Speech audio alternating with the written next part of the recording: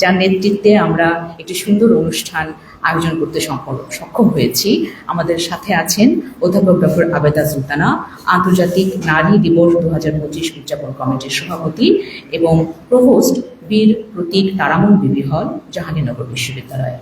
এছাড়াও আমাদের মাঝে উপস্থিত আছেন জাহাঙ্গীরনগর বিশ্ববিদ্যালয়ের মহিলা ক্লাবের সম্মানিত সভাপতি অধ্যাপক কামরুন্নেসা খন্দকার। উপস্থিত আছেন জাহাঙ্গীরনগর বিশ্ববিদ্যালয়ের শিক্ষক সমিতির সম্মানিত সাধারণ সম্পাদক অধ্যাপক ডক্টর আইরিন আক্তার। এছাড়াও উপস্থিত আছেন অফিসার সমিতির সভাপতি আব্দুর রহমান বাবুল, সাধারণ সম্পাদক সেলিম মিয়া। প্রিয় সুধী, আমি এই পর্যায়ে আমাদের আজকের আলোচনা সভার সভাপতি অধ্যাপক ডক্টর আবেদা সুলতানা ম্যাডামকে অনুরোধ করব আমন্ত্রিত অতিথিদের নিয়ে মঞ্চে আসন গ্রহণ করার জন্য। মঞ্চে আসছেন মাননীয় উপাচার্য জাহাঙ্গীরনগর বিশ্ববিদ্যালয়ের অধ্যাপক ডক্টর মোহাম্মদ কামরুল আহসান। মঞ্চে আসছেন মাননীয় উপ উপাচার্য ডক্টর মোহাম্মদ মাহফুজুর রহমান। মঞ্চে আসছেন আমাদের প্রধান আলোচক অধ্যাপক ডক্টর দিলারা চৌধুরী, বিশিষ্ট শিক্ষাবিদ ও রাজনৈতিক বিশ্লেষক। মঞ্চে আসছেন বিশেষ আলোচক অধ্যাপক ডক্টর শামীমা সুলতানা, বাংলা বিভাগ, জাহাঙ্গীরনগর বিশ্ববিদ্যালয়। মঞ্চে আসবেন আজকের অনুষ্ঠানের সভাপতি অধ্যাপক ডক্টর আবেদা সুলতানা।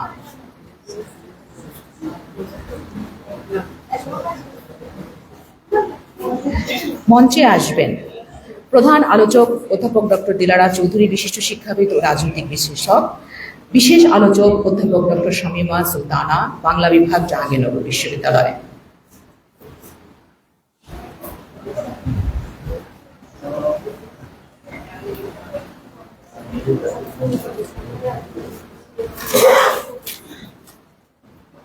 ধন্যবাদ।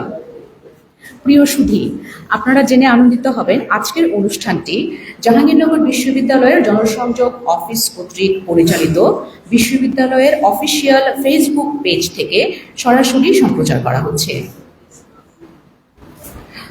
আমাদের মাঝে উপস্থিত আজ বিশিষ্ট কিছু স্মরণীয় বরণীয় নারী উপস্থিত আছেন, যারা জীবনের প্রতিটি ক্ষেত্রে নারীদের সমান অধিকার ও সুবিধা প্রাপ্তির জন্য লড়ে যাচ্ছেন।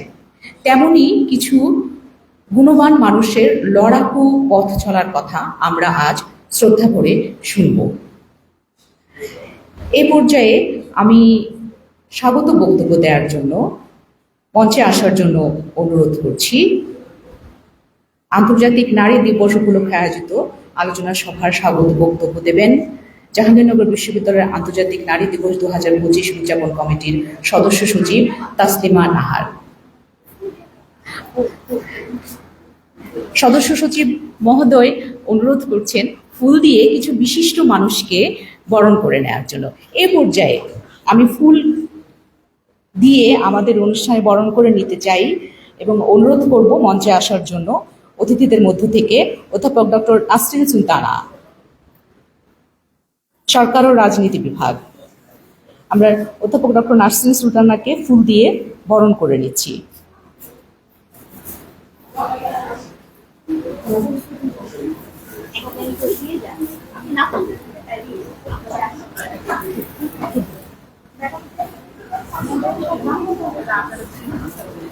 এরপরে অধ্যাপক ডক্টর তমালিকা সুলতানা।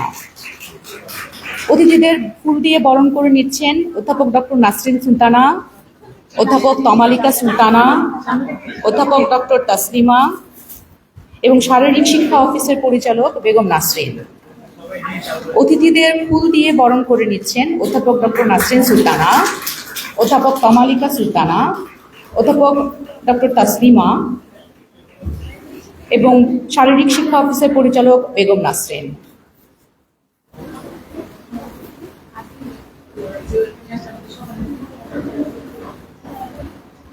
ধন্যবাদ।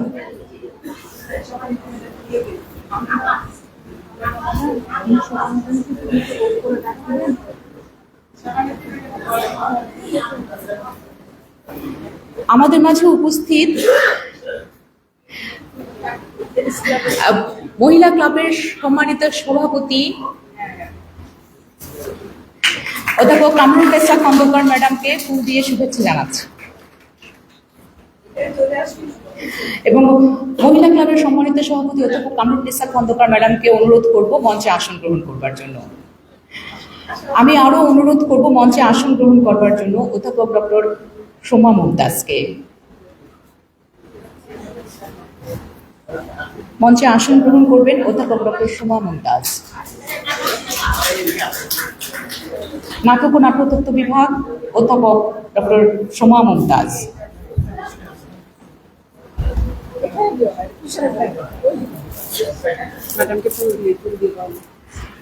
ম্যাডামকে ফুল দিয়ে শুভেচ্ছা জানাচ্ছেন শারীরিক শিক্ষা অফিসের পরিচালক বেগম নাসরিন।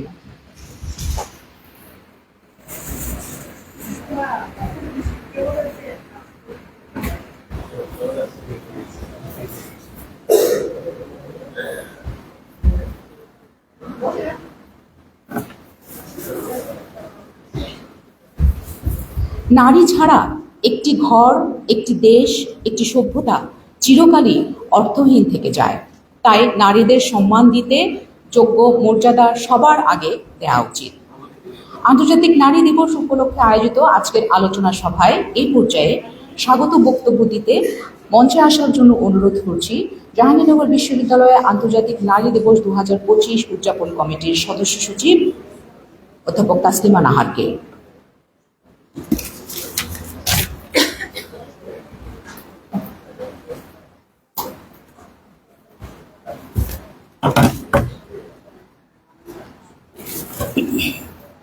আসসালামু আলাইকুম। সম্মানিত সভাপতি, প্রধান অতিথি, বিশেষ অতিথিবৃন্দ এবং উপস্থিত সম্মানিত উপস্থিতি, শুভেচ্ছা ও অভিনন্দন। আজ থেকে প্রায় 50 বছর আগে জাতিসংঘ 8ই মার্চকে আন্তর্জাতিক নারী দিবস হিসেবে পালন করার জন্য ঘোষণা দিয়েছে।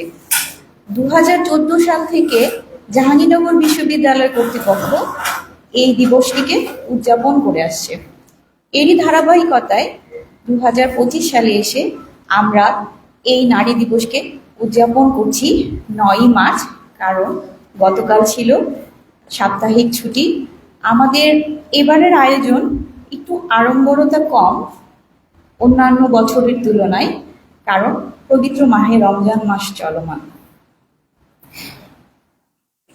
নারীর ক্ষমতায়ন, সম অধিকার এবং উন্নয়নের প্রতিশ্রুতি নিয়েই আসলে আজ আমরা এখানে একত্রিত হয়েছি।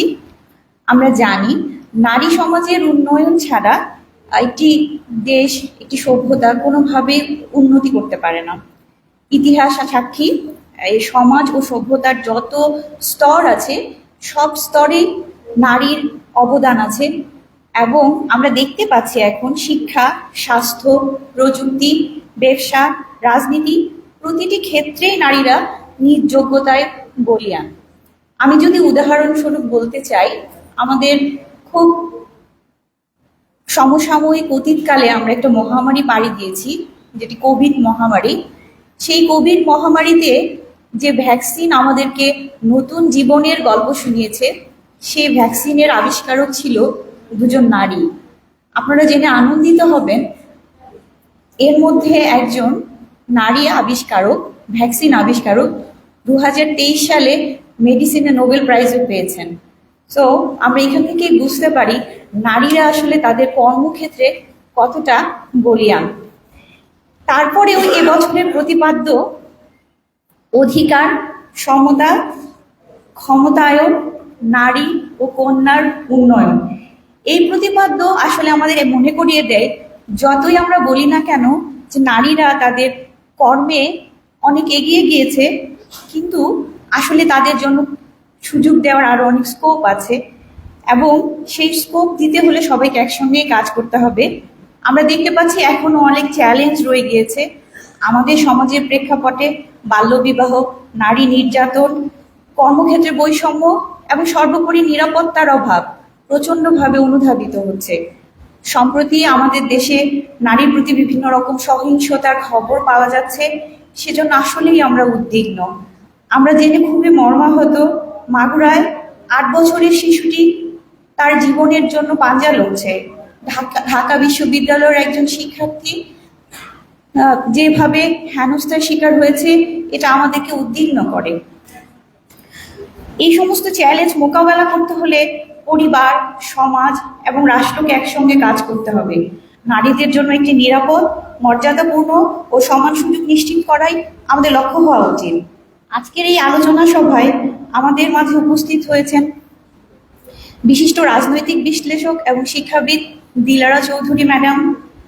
আমাদের মধ্যে উপস্থিত হয়েছেন 2024 জুলাই গণ আন্দোলনে অত্যন্ত সাহস দেখানো নারী অধ্যাপক ডক্টর শামীমা সুলতানা ম্যাডাম।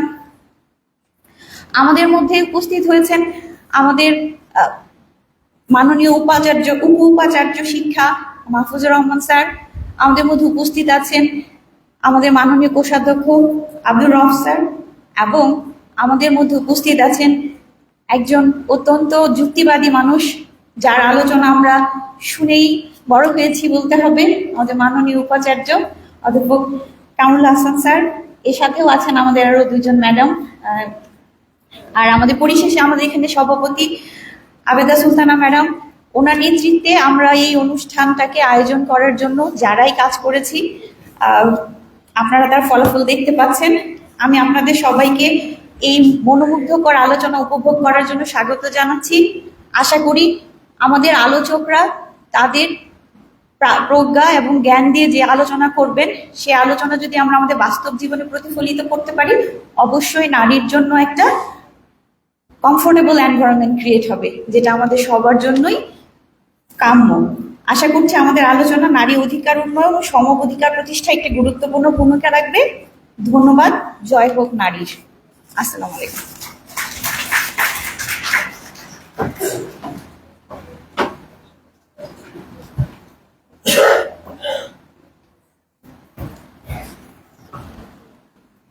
ধন্যবাদ জানাচ্ছি আন্তর্জাতিক নারী দিবস 2025 উদযাপন কমিটির সদস্য সচিব তাসলিমা নাহার আপাকে তার খুবই সময় উপযোগী বক্তৃতা দেওয়ার জন্য।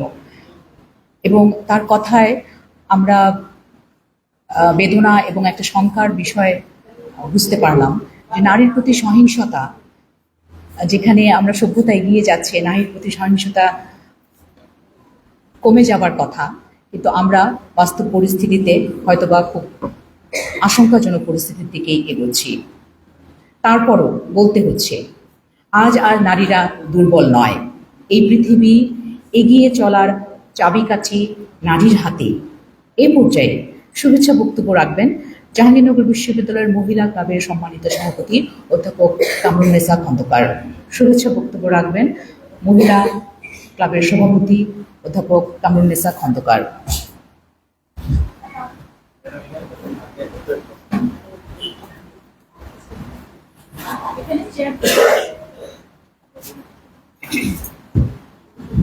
শোনা যাচ্ছে?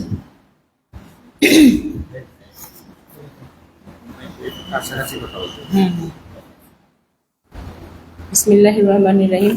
সবাইকে রমজান মোবারক।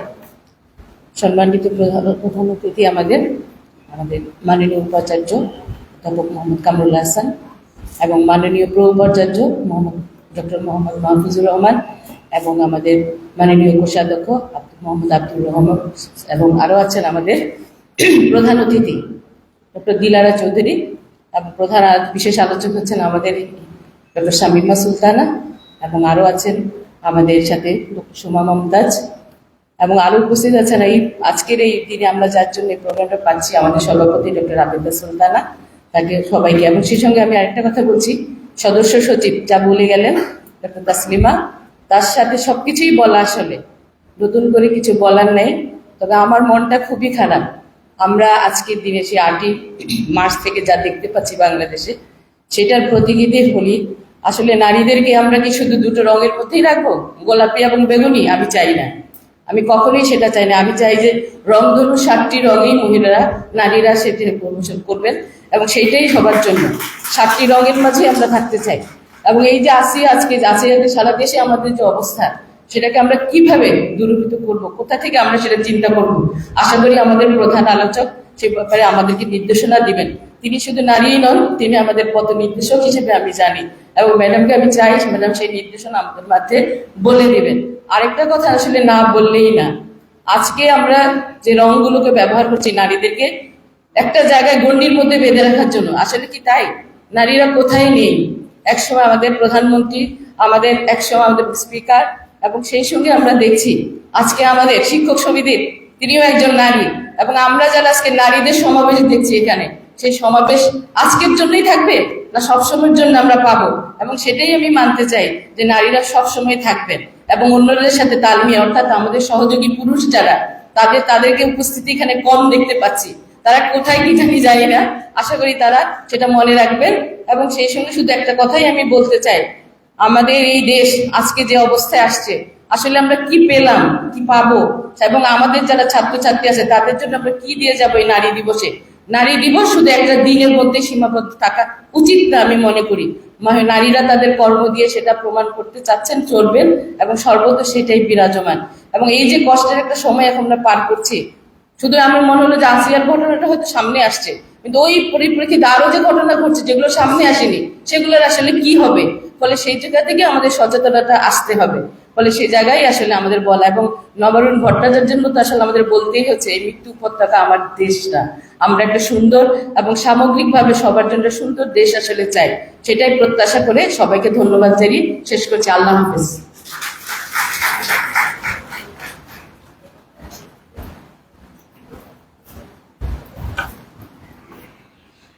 ধন্যবাদ জাহাঙ্গীরনগর বিশ্ববিদ্যালয়ের মহিলা ক্লাবের সভাপতি অধ্যাপক ডক্টর কামরুন্নেসা ম্যাডামকে তার মনের অভিব্যক্তিটা আমাদের মাঝে শেয়ার করার জন্য। এই পর্যায়ে ছোট্ট একটি আবৃত্তি শুনলে কেমন হয়? চলুন আমরা একটি আবৃত্তি শুনব কলতান বিশ্ববিদ্যালয়ের 2য় শ্রেণীর ছাত্রী মাহজিদা তাসফিয়া ইসমার কাছ থেকে। কলতান বিদ্যানিকেতনের 2য় শ্রেণীর ছাত্রী মাহজিদা তাসফিয়া ইসমা, চলে এসো।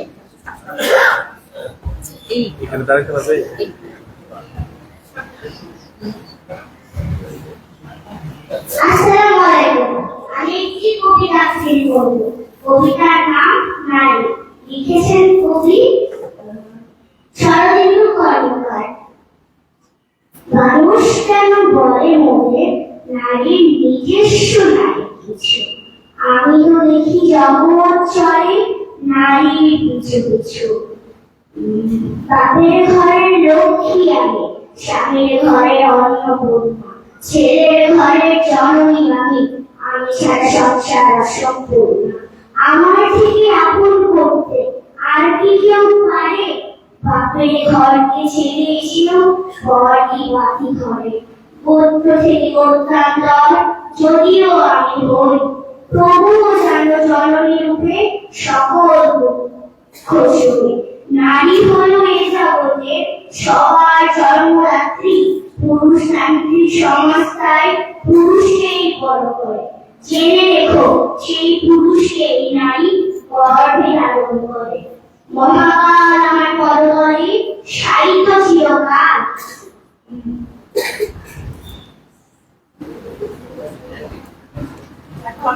বাহ, খুব চমৎকার মাহজিদা, তোমাকে অসংখ্য ধন্যবাদ।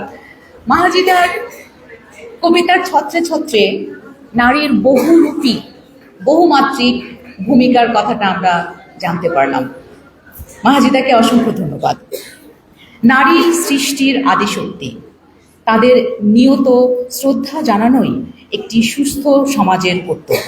প্রিয় সুধী, এবার মঞ্চে আমন্ত্রণ জানাবো জাহাঙ্গীরনগর বিশ্ববিদ্যালয়ের শিক্ষক সমিতির ইতিহাসে প্রথমবারের মতন নারী সাধারণ সম্পাদক অধ্যাপক ডক্টর আইরিন আক্তারকে আমাদের উদ্দেশ্যে কিছু বলার জন্য। সাধারণ সম্পাদক শিক্ষক সমিতি ডক্টর আইরিন আক্তার।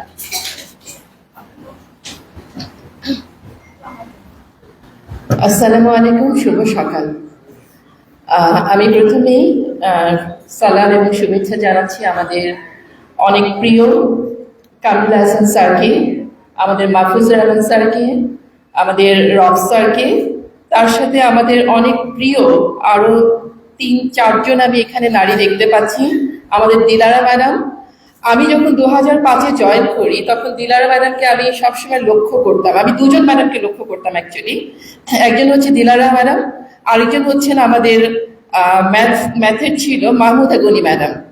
তাদের প্রত্যেক কেমিস্ট্রি মাহমুদা গনি ম্যাডাম।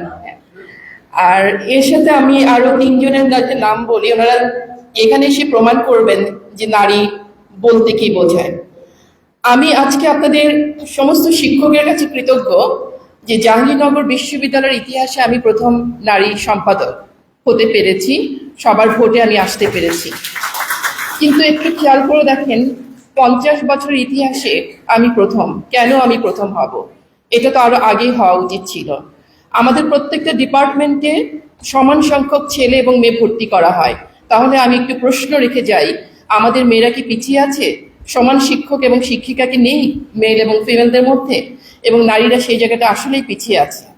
আমি আরেকটা দিন একটু লক্ষ্য করেছি, আমরা যেদিন বিশ্ববিদ্যালয় দিবস পালন করি সেদিন আপনার মঞ্চে যতজন মিলেছিলেন সমস্ত হচ্ছে পুরুষ, ওখানে কোনো নারীর অবস্থান ছিল না যখন আলোচনা শুরু হয় এবং যখন মঞ্চের উদ্বোধন হয়।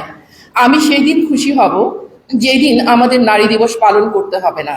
নারী দিবস পালন করা আমরা বন্ধ করতে হবে। কেন আমরা নারী দিবস পালন করব? কারণ আমরা প্রত্যেকবার নারী দিবসে সুন্দর বেগুনি রঙের শাড়ি পরে সেজে গুজে এখানে আসি। তার মানে আমরা নারী দিবসকে ফিমেল হিসেবে, আমরা মহিলা হিসেবে কিন্তু এটাকে বরণ করে নিচ্ছি। কেন?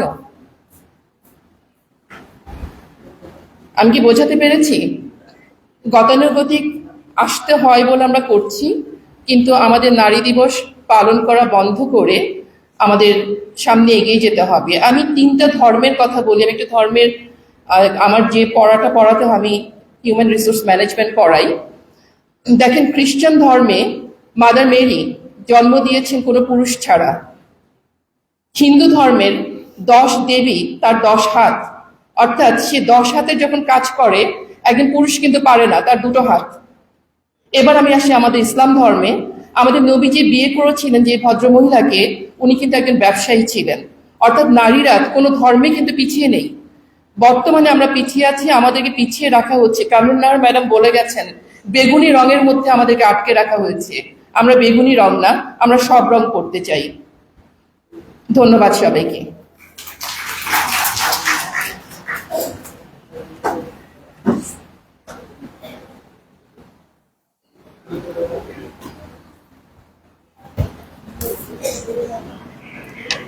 নারীকে শুধু রং বা কবিতার ছত্রে আবদ্ধ করতে চাইলে ভুল হবে।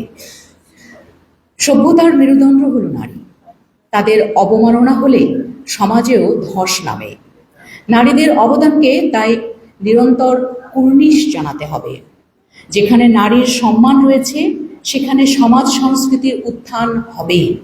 শুধু এ পর্যায়ে বক্তব্য রাখার জন্য আমন্ত্রণ জানাবো বুলবুল সম্মাননা পদকপ্রাপ্ত নৃত্যগুরু এবং জাহাঙ্গীরনগর বিশ্ববিদ্যালয়ের নাটক ও নাট্যতত্ত্ব বিভাগের অধ্যাপক ডক্টর সোমা মুমতাজ ম্যাডামকে।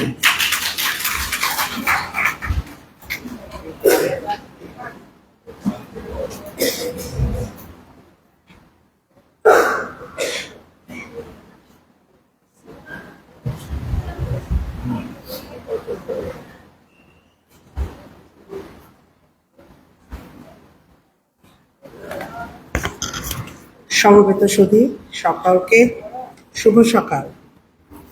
আজকে মঞ্চে উপবিষ্ট আমাদের অতিথিবৃন্দ, অত্যন্ত শ্রদ্ধেয় ব্যক্তি, বিশেষ করে দিলারা ম্যাডাম যে সময় করে আসতে পেরেছেন আমাদের মাঝে, সেজন্য আমি কৃতজ্ঞ। আর মঞ্চে উপবিষ্ট সকলকে আমার সালাম, সামনে বসা সকলকেও আমার সালাম। আমি খুব ছোট্ট করে 1 মিনিটের মধ্যে আমার বক্তব্য দেব, কারণ আমি আসলে যারা মূল আলোচক তাদের আলোচনা শুনতে চাই। অধিকার, সমতা, ক্ষমতায়ন, নারী ও কন্যার উন্নয়ন। সম্মানিত উপস্থিতি, আজ আমরা এমন এক সময়ে দাঁড়িয়ে আছি যেখানে নারীর অধিকার, সমতা ও ক্ষমতায়ন শুধু নীতিগতভাবে আলোচনার বিষয় নয়, এটি আমাদের অস্তিত্বের লড়াই।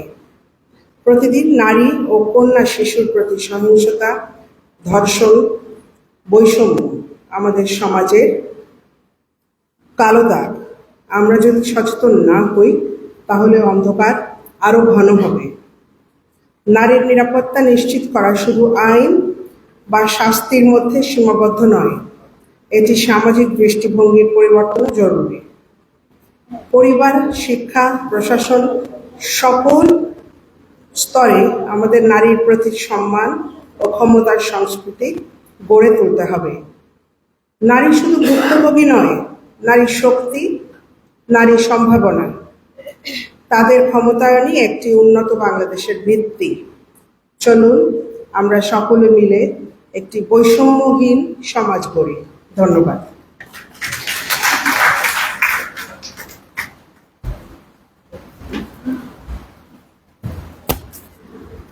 বৈষম্যহীন সমাজ গড়ার প্রথম ধাপটি বোধহয় নারীর প্রতি বৈষম্য রুখতে হবে।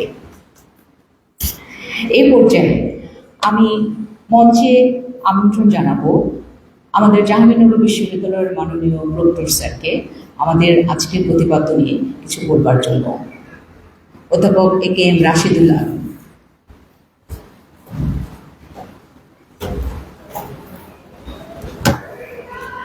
বিসমিল্লাহির রহমানির রহিম। আন্তর্জাতিক নারী দিবস উপলক্ষে আয়োজিত আজকের অনুষ্ঠানের শ্রদ্ধেয় সভাপতি, পরম সম্মানিত প্রধান অতিথি, বিশ্ববিদ্যালয়ের মাননীয় উপাচার্য স্যার, মঞ্চ ভূমিষ্ঠ সম্মানিত বিশেষ অতিথিগণ, উপস্থিত আজকের প্রধান বক্তা আমাদের পরম শ্রদ্ধেয় দিলারা ম্যাডাম, মঞ্চে উপস্থিত বিশেষ বক্তা শ্রদ্ধেয় শামীমা ম্যাডাম, উপস্থিত ডক্টর সুমা মমতাজ ম্যাডাম, উপস্থিত আমাদের বিশ্ববিদ্যালয়ের প্রত্নতত্ত্ব বিভাগের শ্রদ্ধেয় অধ্যাপক কামরুন্নেসা ম্যাডাম, আমার সামনে উপস্থিত পরম শ্রদ্ধেয় শিক্ষক মণ্ডলী, শ্রদ্ধেয় কর্মকর্তাবৃন্দ, আসসালামু আলাইকুম। এই পৃথিবীর যা কিছু ছিল কল্যাণকর, অর্ধেক তার করিয়াছে নারী, অর্ধেক তার নর। আসলে এই পৃথিবীতে আমি নারী আর নর সবাইকে মানুষ হিসেবে চিন্তা করা উচিত। সবাই মানুষ, মনুষ্যত্ববোধ, মানবতাবোধ এগুলো সকলের মধ্যে জাগরিত হোক এবং সমাজ গঠনে আমরা সমতার কথা বলছি, আমরা অধিকারের কথা বলছি। আসলে মানবিক অধিকার, মানুষের যে অধিকার আছে সেই অধিকারটা নারী এবং নর দুজনের ক্ষেত্রেই সমানভাবে সেই অধিকারটা প্রতিষ্ঠা করা উচিত বলে আমি মনে করি। আজকে বেশি কিছু বলবো না। আজকের এই আন্তর্জাতিক নারী দিবসে আমার এতটুকুই প্রত্যাশা থাকবে, আমরা আমাদের ব্যক্তি জীবনে সেই অধিকারটুকুকে প্রতিষ্ঠা করি, সামাজিক জীবনে প্রতিষ্ঠা করার চেষ্টা করি এবং রাষ্ট্রীয় জীবনে সেই অধিকারটাকে প্রতিষ্ঠা করার চেষ্টা করি এবং সমতার মাধ্যমে সেই অধিকারটাকে আমরা স্বস্বক্ষেত্রে নিশ্চিত করি। তো তাহলেই কিন্তু আজকের এই নারী দিবস পালনের যে সার্থকতা, সেটা যদি বাস্তবায়িত হয় তাহলেই সার্থক হবে। আমি আজকে এই অনুষ্ঠানে আমি পৃথিবীতে যে মানুষ আছে, বোধ নারী আর নর, সকলকে সমান অধিকার দেওয়ার প্রত্যয় ব্যক্ত করে আমি আমার বক্তব্য শেষ করছি। উপস্থিত সকলকে অনেক ধন্যবাদ।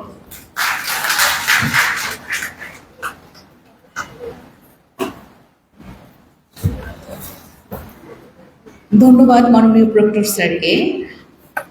এবছরের আন্তর্জাতিক নারী দিবসের প্রতিপাদ্য অধিকার, সমতা, ক্ষমতায়ন, নারী ও কন্যার উন্নয়ন, তার বক্তব্যে এই কথারই প্রতিফলিত হয়েছে।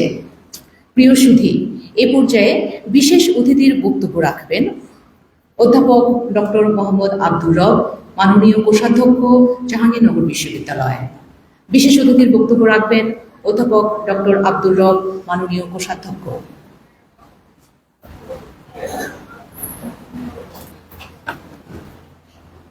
বিসমিল্লাহির রহমানির রহিম।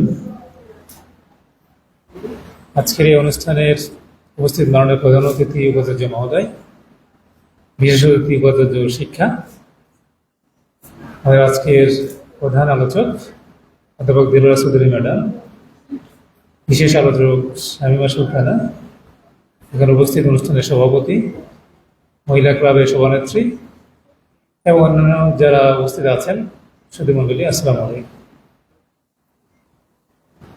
আন্তর্জাতিক নারী দিবস 2025, এবারে যেটা স্লোগান দেখতে পাচ্ছি, অধিকার, সমতা, ক্ষমতায়ন, নারী ও কন্যার উন্নয়ন। আসলে আমাদের জীবনটা এরকম যে শুধু পুরুষ বা শুধু নারী দিয়ে কিন্তু চলবে না। এক জায়গায় জীবনের সংজ্ঞার মধ্যে এই নারী পুরুষ আছে। জীবনের পরিপূর্ণতার মধ্যেই নারী পুরুষ আছে। আমরা যদি পারিবারিক জীবন বলি, সামাজিক জীবন বলি, সংস্কৃতি বলি, যাই বলি না কেন, নারী পুরুষ মিলেই সম্পূর্ণতা পূর্ণতা। কাজে কে ছোট কে বড় সেটা নির্ধারণের বিষয় আসলে ঠিক না। পারিবারিক জীবনে এক ধরনের ভূমিকা আছে, কর্মজীবনে এক ধরনের ভূমিকা আছে, সামাজিক জীবনে এক ধরনের ভূমিকা আছে, রাষ্ট্রীয় জীবনে, জাতীয় জীবনে এক ধরনের ভূমিকা আছে। প্রত্যেকে যার যার জায়গায় ভূমিকা রাখতে পারবেন, সেটা হলো বড় কথা। একটা বড় কথা হচ্ছে আমার দায়িত্ব প্রত্যেকের, একজন স্ত্রীর যে বা নারীর যে অধিকারের জায়গা যেটা, সেটা সে চর্চা করতে পারে, তার জায়গা থেকে সে যাতে সফল হতে পারে। একজন নারী মা হিসাবে সফল, একজন নারী কর্মজীবনে সফল, সংসার জীবনে, তার সাংস্কৃতিক জীবনে, সামাজিক জীবনেও সফল হতে পারে। এই জায়গায় যাতে আমরা কেউ বাধা না দিই, এটি হলো বড় কথা। অধিকারের জায়গাটা হলো আসলে এটার সঙ্গে সমাজ সংস্কৃতি কিন্তু জড়িত আছে। সব সমাজ সংস্কৃতিক অধিকার কিন্তু একরকম হয় না। আমেরিকার পারিবারিক জীবন, সামাজিক জীবন, আমাদের বাংলাদেশের পারিবারিক সামাজিক জীবন কিন্তু এক নয়। যেমন আমরা বলি আমাদের সংস্কৃতি, আসলে আমাদের সংস্কৃতি আসলে কি, মানুষের সংস্কৃতিটা কি? এটার মধ্যে কিন্তু মানুষের পারিবারিক জীবন, মানুষের ধর্মীয় জীবন, এগুলো মিলিয়ে সংস্কৃতি গড়ে ওঠে আসলে। যেগুলোর মধ্যে থেকে আমরা আমাদের অধিকারগুলো চর্চা করতে পারি, যথাযথ সুযোগ পাওয়া উচিত, এটা আমার বিশ্বাস। যে আমি আসলে ওই নারী পুরুষের ক্ষমতার দ্বন্দ্বের বিষয়টা এভাবে দেখি না, বরং যার যেটা যোগ্যতা আছে সেই জায়গায় সেটা যাতে সে কাজে লাগাতে পারে, নিজেকে প্রতিষ্ঠিত করতে পারে, সেই জায়গায় যাতে সবার সুদৃষ্টি থাকে, সেটাই বোধহয় কাম্য হওয়া উচিত, সেটাই সবার ভূমিকা হওয়া উচিত। আর আমাদের দেশের প্রেক্ষিতে যদি বলি, আমরা বোধহয় গত হতে পারে 15-20 বছরে আমরা যদি শিক্ষার দিকে তাকাই, তাহলে দেখবো আমাদের নারীরা কিন্তু অনেক বেশি শিক্ষার হার বাড়িয়েছে, রিমার্কেবলি শিক্ষার হার কিন্তু বাড়িয়ে গেছে। আমরা যদি আমাদের পরিবারগুলোর দিকে তাকাই, একসময় ছিল যে মেয়েদেরকে আমরা স্কুলে পাঠাতে চাইতাম না, আমরা ছোটবেলায় দেখতাম, অথবা কেউ 2-4 ক্লাস করার পরই শেষ, বিয়ে দিয়ে দিত। এখন কিন্তু চিত্র কিন্তু পাল্টে গেছে।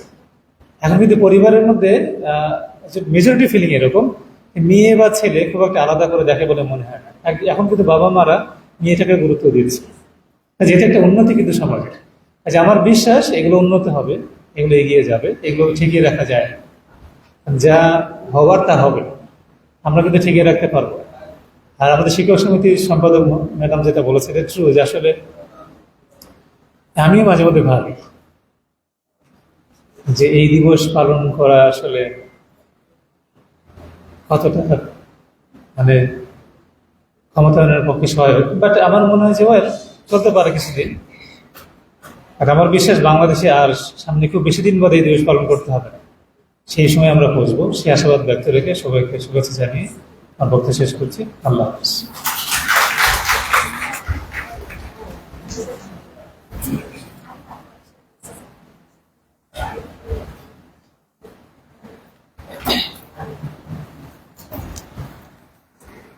ধন্যবাদ মাননীয় কোষাধ্যক্ষ স্যারকে তার মূল্যবান বক্তব্যের জন্য।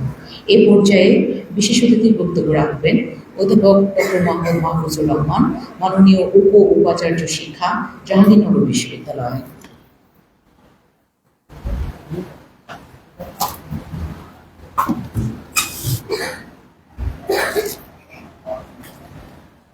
বিসমিল্লাহির রহমানির রহিম। জাহাঙ্গীরনগর বিশ্ববিদ্যালয় কর্তৃক আয়োজিত আন্তর্জাতিক নারী দিবস উপলক্ষে আয়োজিত আজকের এই অনুষ্ঠানের সম্মানিত প্রধান অতিথি, বিশ্ববিদ্যালয়ের মাননীয় উপাচার্য, বিশ্ববিদ্যালয়ের সম্মানিত কোষাধ্যক্ষ, আজকে এই অনুষ্ঠানের প্রধান আলোচক আমাদের সবার খুব প্রিয় অধ্যাপক ডক্টর দিলারা চৌধুরী, আর উপস্থিত আছেন বিশেষ আলোচক ডক্টর শামীমা সুলতানা, আছেন আমাদের সম্মানিত এই অনুষ্ঠানের সভাপতি আবেদা সুলতানা, এবং উপস্থিত আছেন আরও শিক্ষক মণ্ডলী। উপস্থিত সবাইকে সালাম জানাচ্ছি, আসসালামু আলাইকুম। আজকে আসলে যে আন্তর্জাতিক নারী দিবস যেটা পালিত হচ্ছে, আমার কাছে এটা আনন্দের চেয়ে দুঃখের সাথে পালন করা আমার জন্য বেশি প্রযোজ্য বলে মনে করছি। কারণ বিংশ শতাব্দীর এই সময়ে এসে এই তার উন্নতি চরম শিখরে থাকা অবস্থায় যদি আমরা নারীদের কথা বলতে হয়, তাদের অধিকারের কথা বলতে হয়, এটা আমাদের জন্য একটা লজ্জার কথাই। আমি প্রফেসর আইনের সূত্র ধরে বলতে চাই, কেন আমাদেরকে এই দিবস পালন করতে হচ্ছে। তার অর্থেই আমি অনেক চিন্তা করে দেখেছি, আমার মা যে এই একটা শব্দ পড়লেই, একটা শব্দ উচ্চারণ করলে তো সবকিছু হয়ে যায়। আমার আগমন, আমার বেড়ে ওঠা, আমার ডেভেলপমেন্ট, আমার সব কিছুতেই তো মা। আর মায়ের অনেক আকৃতি প্রকৃতি বিভিন্ন রকম হতে পারে। মা কোনো সময় দাদি, কোনো সময় আমার মেয়ে, কোনো সময় আমার বোন। তার মানে হচ্ছে কেন আমরা এই দিবসটা পালন করতে হচ্ছে। আমি অনেক চিন্তা করে একটাই কারণ খুঁজে পেয়েছি, সেটা হলো আমি আমাকে চিনি না। আমি আমাকে না চিনতে পারার কারণেই বৈষম্য তৈরি হয়েছে। আমার মাকে যদি আমি মর্যাদা দিতে পারতাম, আমি শিক্ষিত হয়েছি, আমার মা হয়তো কারো মা আজকে বৃদ্ধাশ্রমে আছে। লজ্জার কথা। এমন ঘটনা জাহাঙ্গীরনগর বিশ্ববিদ্যালয়ের শিক্ষকদের ক্ষেত্রে ইতিহাস আছে। এটা আমি একমাত্র কারণ মনে করি, তাদের যে পাওনা মর্যাদা সেটা আমরা দিতে পারি না। আমি গ্রামে দেখেছি, গ্রামে বড় হয়েছে, একজন মা সে সকাল থেকে আরম্ভ করে রাত পর্যন্ত, গভীর রাত পর্যন্ত খেটেই যাচ্ছেন। আমি কখনো জিজ্ঞেস করি না যে মা তুমি খেয়েছো কিনা। সবাইকে খাওয়ায় উচ্ছিষ্ট যতটুকু থাকে তাই তো মা খাচ্ছে। আবার সেই মা আমাকে জন্মদান করছে। তাহলে এই যে ধীরে ধীরে ধীরে ধীরে বৈষম্য তৈরি হয়েছে, এই কারণে তো দিবস পালন করতে হচ্ছে। দিবস পালন করার লাভটা কি হচ্ছে? আমি যদি মনে করি এই বিংশ শতাব্দীর এই সময়ে যতটুকু প্রাপ্তি তাদের হওয়া উচিত তার কিছুই হচ্ছে না, বরং তাদের প্রতি অত্যাচার করা হচ্ছে। আপনি গ্রামের খবর রাখেন, গত কয়েকদিনের কথাই ধরেন, মাগুরার কথাই ধরেন, তো প্রত্যেকটা ক্ষেত্রে আমরা যতটুকু মর্যাদা অধিকার তাদের দেওয়া উচিত সেটা দিতে পারছি না। এবং যতদিন সেটা এনশিওর করতে না পারবো ততদিন আমাদের বৈষম্য থেকেই যাবে, সমাজের উন্নতি কখনো হবে না। কারণ ওই যে একটু আগে বলা হয়েছিল, যত উন্নতি তার অর্ধেক কিন্তু নারী। তো সুতরাং শুধু আলোচনা করেই লাভ নাই, আমাদের প্র্যাকটিক্যাল হতে হবে, আমাদের সচেতন হতে হবে, এবং অধিকার সমুন্নত না হওয়া পর্যন্ত সেই দায়িত্ব পুরুষের দায়িত্ব নারীর সম্মান দেওয়ার জন্য। আমার প্রত্যেকটা ধর্মে এই নারীর কথা বলা আছে। ইসলাম ধর্মের সবচেয়ে বেশি অধিকারের কথা বলা হয়েছে নারীর কথা। মাদের মর্যাদার কথা 3 বার বলা হয়েছে। সাহাবারা জিজ্ঞেস করেছিলেন যে আমার মায়ের প্রতি আমার কর্তব্য কতটুকু। বলার পর বললো যে এরপর কে? দ্বিতীয়বার বললেন মা। জিজ্ঞেস এরপরে কে? এরপরেও তোমার মা, অর্থাৎ 3 টাইমস। তো সুতরাং আমরা শুধু এই আলোচনায় করে লাভ হবে না। আমি মনে করি বাস্তবতার ক্ষেত্রে মাদের যত প্রকার অধিকার আছে সেগুলো আমাদের এনশিওর করতে হবে, তখনই আমাদের এই দিবস পালন সার্থক হবে। আমি বিশ্বাস করি জাহাঙ্গীরনগর বিশ্ববিদ্যালয় একটা আন্দোলনের সূচিকাগার। আমরা বিগত আন্দোলনে দেখেছি আমাদের এখানকার ছাত্রছাত্রী এবং শিক্ষক মন্ডলী সমানভাবে এই আন্দোলনের সাফল্যের জন্য অগ্রগামী। কয়েকজন নারীর কথা আমরা জানি, সবসময় মনে রাখতাম। আমাদের সংগ্রামী একজন অধ্যাপক এখানে আছেন, যিনি সাহসিকতার সাথে এই বিশ্ববিদ্যালয়ে এই দেশের জন্য একটা ইতিহাস রচনা করেছেন। তার প্রতি আমার স্যালুট। তো নারীরা তার দায়িত্ব কর্তব্য যথার্থ পালন করে যাচ্ছেন, কিন্তু আমরা পুরুষরা তাদের সেই দায়িত্ব মূল্যায়ন করছি না, তাদের অবদানকে মূল্যায়ন করছি না। তবে আমি বিশ্বাস করি নারীদের এই অগ্রযাত্রা থেমে থাকবে না। প্রত্যেকটা ক্ষেত্রে তারা সফল। কোথায় মহিলারা নাই, নারীরা কোথায় নাই, নারীদের কন্ট্রিবিউশন চিরায়িত, এবং সেটা এই পৃথিবীবাসী স্মরণ করতেই হবে। যতদিন পর্যন্ত ওইটুকু সম্মান আমরা দিতে না পারবো ততদিন সম্মত আসবে না, তাদের অধিকার আমরা প্রতিষ্ঠা করতে পারবো না। সুতরাং আমি আশা করি আমরা প্রত্যেকের নিজ নিজ ক্ষেত্রে যদি একটু করে চিন্তা করি যার মাধ্যমে আমার আগমন, তার প্রতি আমার কতটুকু দায়িত্ব কর্তব্য আছে। সুতরাং আমি সকলের প্রতি, আমি সহ সবার প্রতি এইটুকু অনুরোধ, আমরা যত জায়গায় যতটুকু সম্ভব এই নারীর এই মর্যাদা সমুন্নত রাখার জন্য চেষ্টা করব। সবাইকে ধন্যবাদ। আসসালামু আলাইকুম।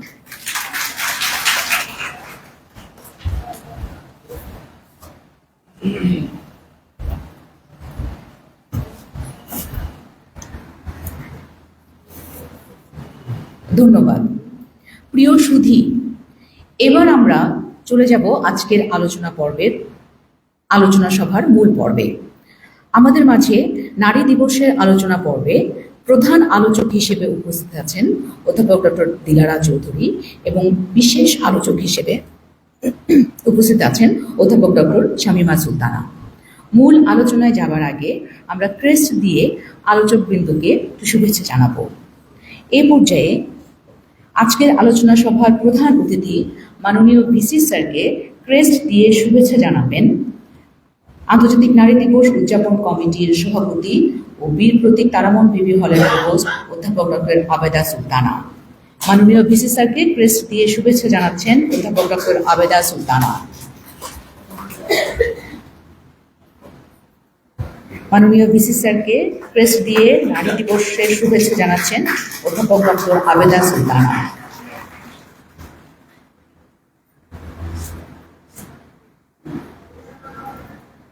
ধন্যবাদ।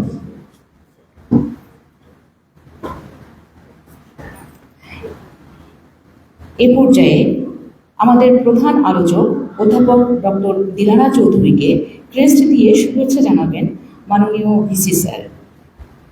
অধ্যাপক দিলারা চৌধুরীকে ক্রেস্ট দিয়ে শুভেচ্ছা জানাচ্ছেন জাহাঙ্গীরনগর বিশ্ববিদ্যালয়ের মাননীয় উপাচার্য।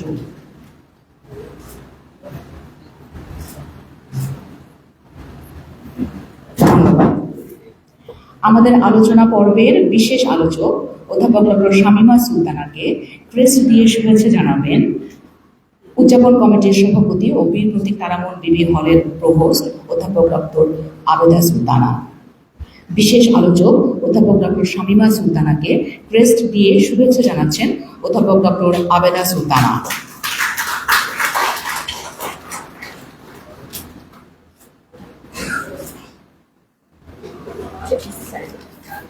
ধন্যবাদ।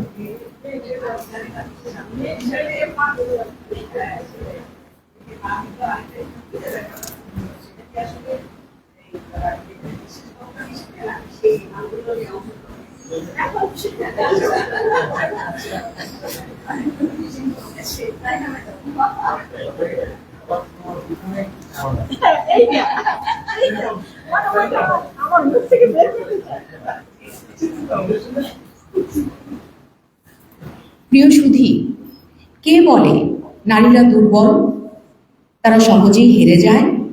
সমস্ত অন্যায়ের বিরুদ্ধে তারাই তো দিনের পর দিন লড়াইয়ে সামিল হয়েছেন, পাশে এসে দাঁড়িয়েছেন। সুধী, নারী দিবসের মূল প্রতিপাদ্য এবং আনুষঙ্গিক বিষয়ে আলোচনা করবেন জাহাঙ্গীরনগর বিশ্ববিদ্যালয়ের বাংলা বিভাগের অধ্যাপক ডক্টর শামীমা সুলতানা। অধ্যাপক শামীমা সুলতানা সেই সব গুটি কয়েক মানুষের একজন যিনি প্রচণ্ড সাহস আর মনোবলে একাই দেখিয়ে দিয়েছেন নারীর চেতনা জাগ্রত, নারী অন্যায়কে না বলতে পিছপা হয় না। ডায়াসে আসবেন অধ্যাপক ডক্টর শামীমা সুলতানা।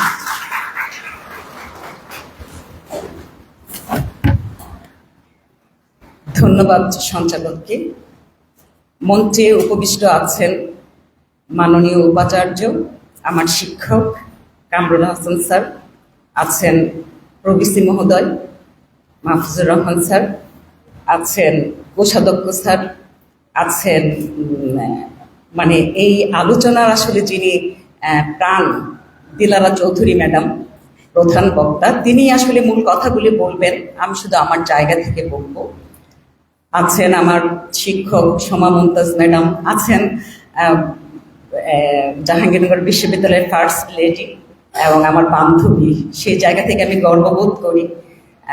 এবং আছেন আমার অভিভাবক, যাকে আমার সুখ দুঃখের সাথী হিসেবে মনে করি এবং আমার নামের সাথে অনেক মিল, আবেদা সুলতানা ম্যাডাম। এবং আমার সামনে আছেন সহযোদ্ধা নারীরা এবং পুরুষরা। আপনাদের সবার প্রতি শ্রদ্ধা জানাচ্ছি এবং আপনাদের সবার প্রতি শ্রদ্ধা জানিয়ে আসলে আমি বক্তব্য না, আমি কিছু কথা বলতে এসেছি। আচ্ছা, এখানে আমার যে বান্ধবী এবং যে এখানে শিক্ষক সমিতির সাধারণ সম্পাদক আছেন এবং এই জাহাঙ্গীরনগর বিশ্ববিদ্যালয়ের মানে 50 বছরেরও বেশি সময়ের প্রথম একটি নজির, যে তিনি প্রথম নারী সাধারণ সম্পাদক, ওনাকেও আমি অভিবাদন জানাই আজকের এই নারী দিবসে। নারীদেরকে আসলে এইভাবেই এগিয়ে যেতে হবে।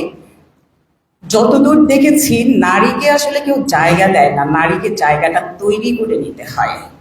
হ্যাঁ, এবং আমার অভিজ্ঞতা, আমাদের যে বাস্তবতা, সেই কথাই বলে। আসলে আমি কেন আসলে বেগুনি রংটা আসলো সেটা নিয়ে আসলে অনেকের মধ্যে একটু দ্বিধা দ্বন্দ্ব আছে। এটা শুধু আমি একটু 2টা লাইনে বলি। সেটা হলো যে আসলে এই যে বেগুনি রংটা একটা থিম হিসেবে ব্যবহার করা হয়েছে আসলে 2018 সাল থেকে, এবং একটি আন্তর্জাতিক প্রতিষ্ঠান প্যান্টন, সেখানে যারা রং নিয়ে কাজ করেন তারা এই বেগুনি রংটার ব্যবহারের কথা বলেছেন। এবং তারা শুধু এই বেগুনি রংটাকে বেগুনি রং হিসেবে দেখেননি, এটাকে আসলে অতি বেগুনি রশ্মি হিসেবে তারা দেখেছেন। হ্যাঁ, যার হলো অসীম ক্ষমতা, একটা মহাকাশের মতো যার ক্ষমতা, এবং নারীকে সেই জায়গাটা থেকে দেখিয়েছেন যে নারীর আসলে অসীম ক্ষমতা, নারী পারে আসলে সামনের দিকে এগিয়ে যেতে। দেখেন যে আমরা ব্রিটেনকে খুব উন্নত রাষ্ট্র বলি, কিন্তু সেই ব্রিটেনে নারী অধিকার প্রতিষ্ঠা করার জন্য, নারীর ভোটাধিকার প্রতিষ্ঠা করার জন্য তাদেরকেও কিন্তু যুদ্ধ করতে হয়েছে। এবং 20 শতাব্দীতে দেখা যায় যে ব্রিটেনের নারীরা ভোটাধিকার রক্ষা করার জন্য তারা এই বেগুনি রং পরে এবং সাথে সবুজ এবং সাদা রং পরে আসলে তারা আন্দোলনে নেমেছিলেন। কাজেই এই যে বেগুনি রংটা আসলে আভিজাত্যের প্রতীক, এটা একটা সাহসেরও প্রতীক, এটা একেবারে সেই অতি বেগুনি রশ্মির মতো শক্তিশালী।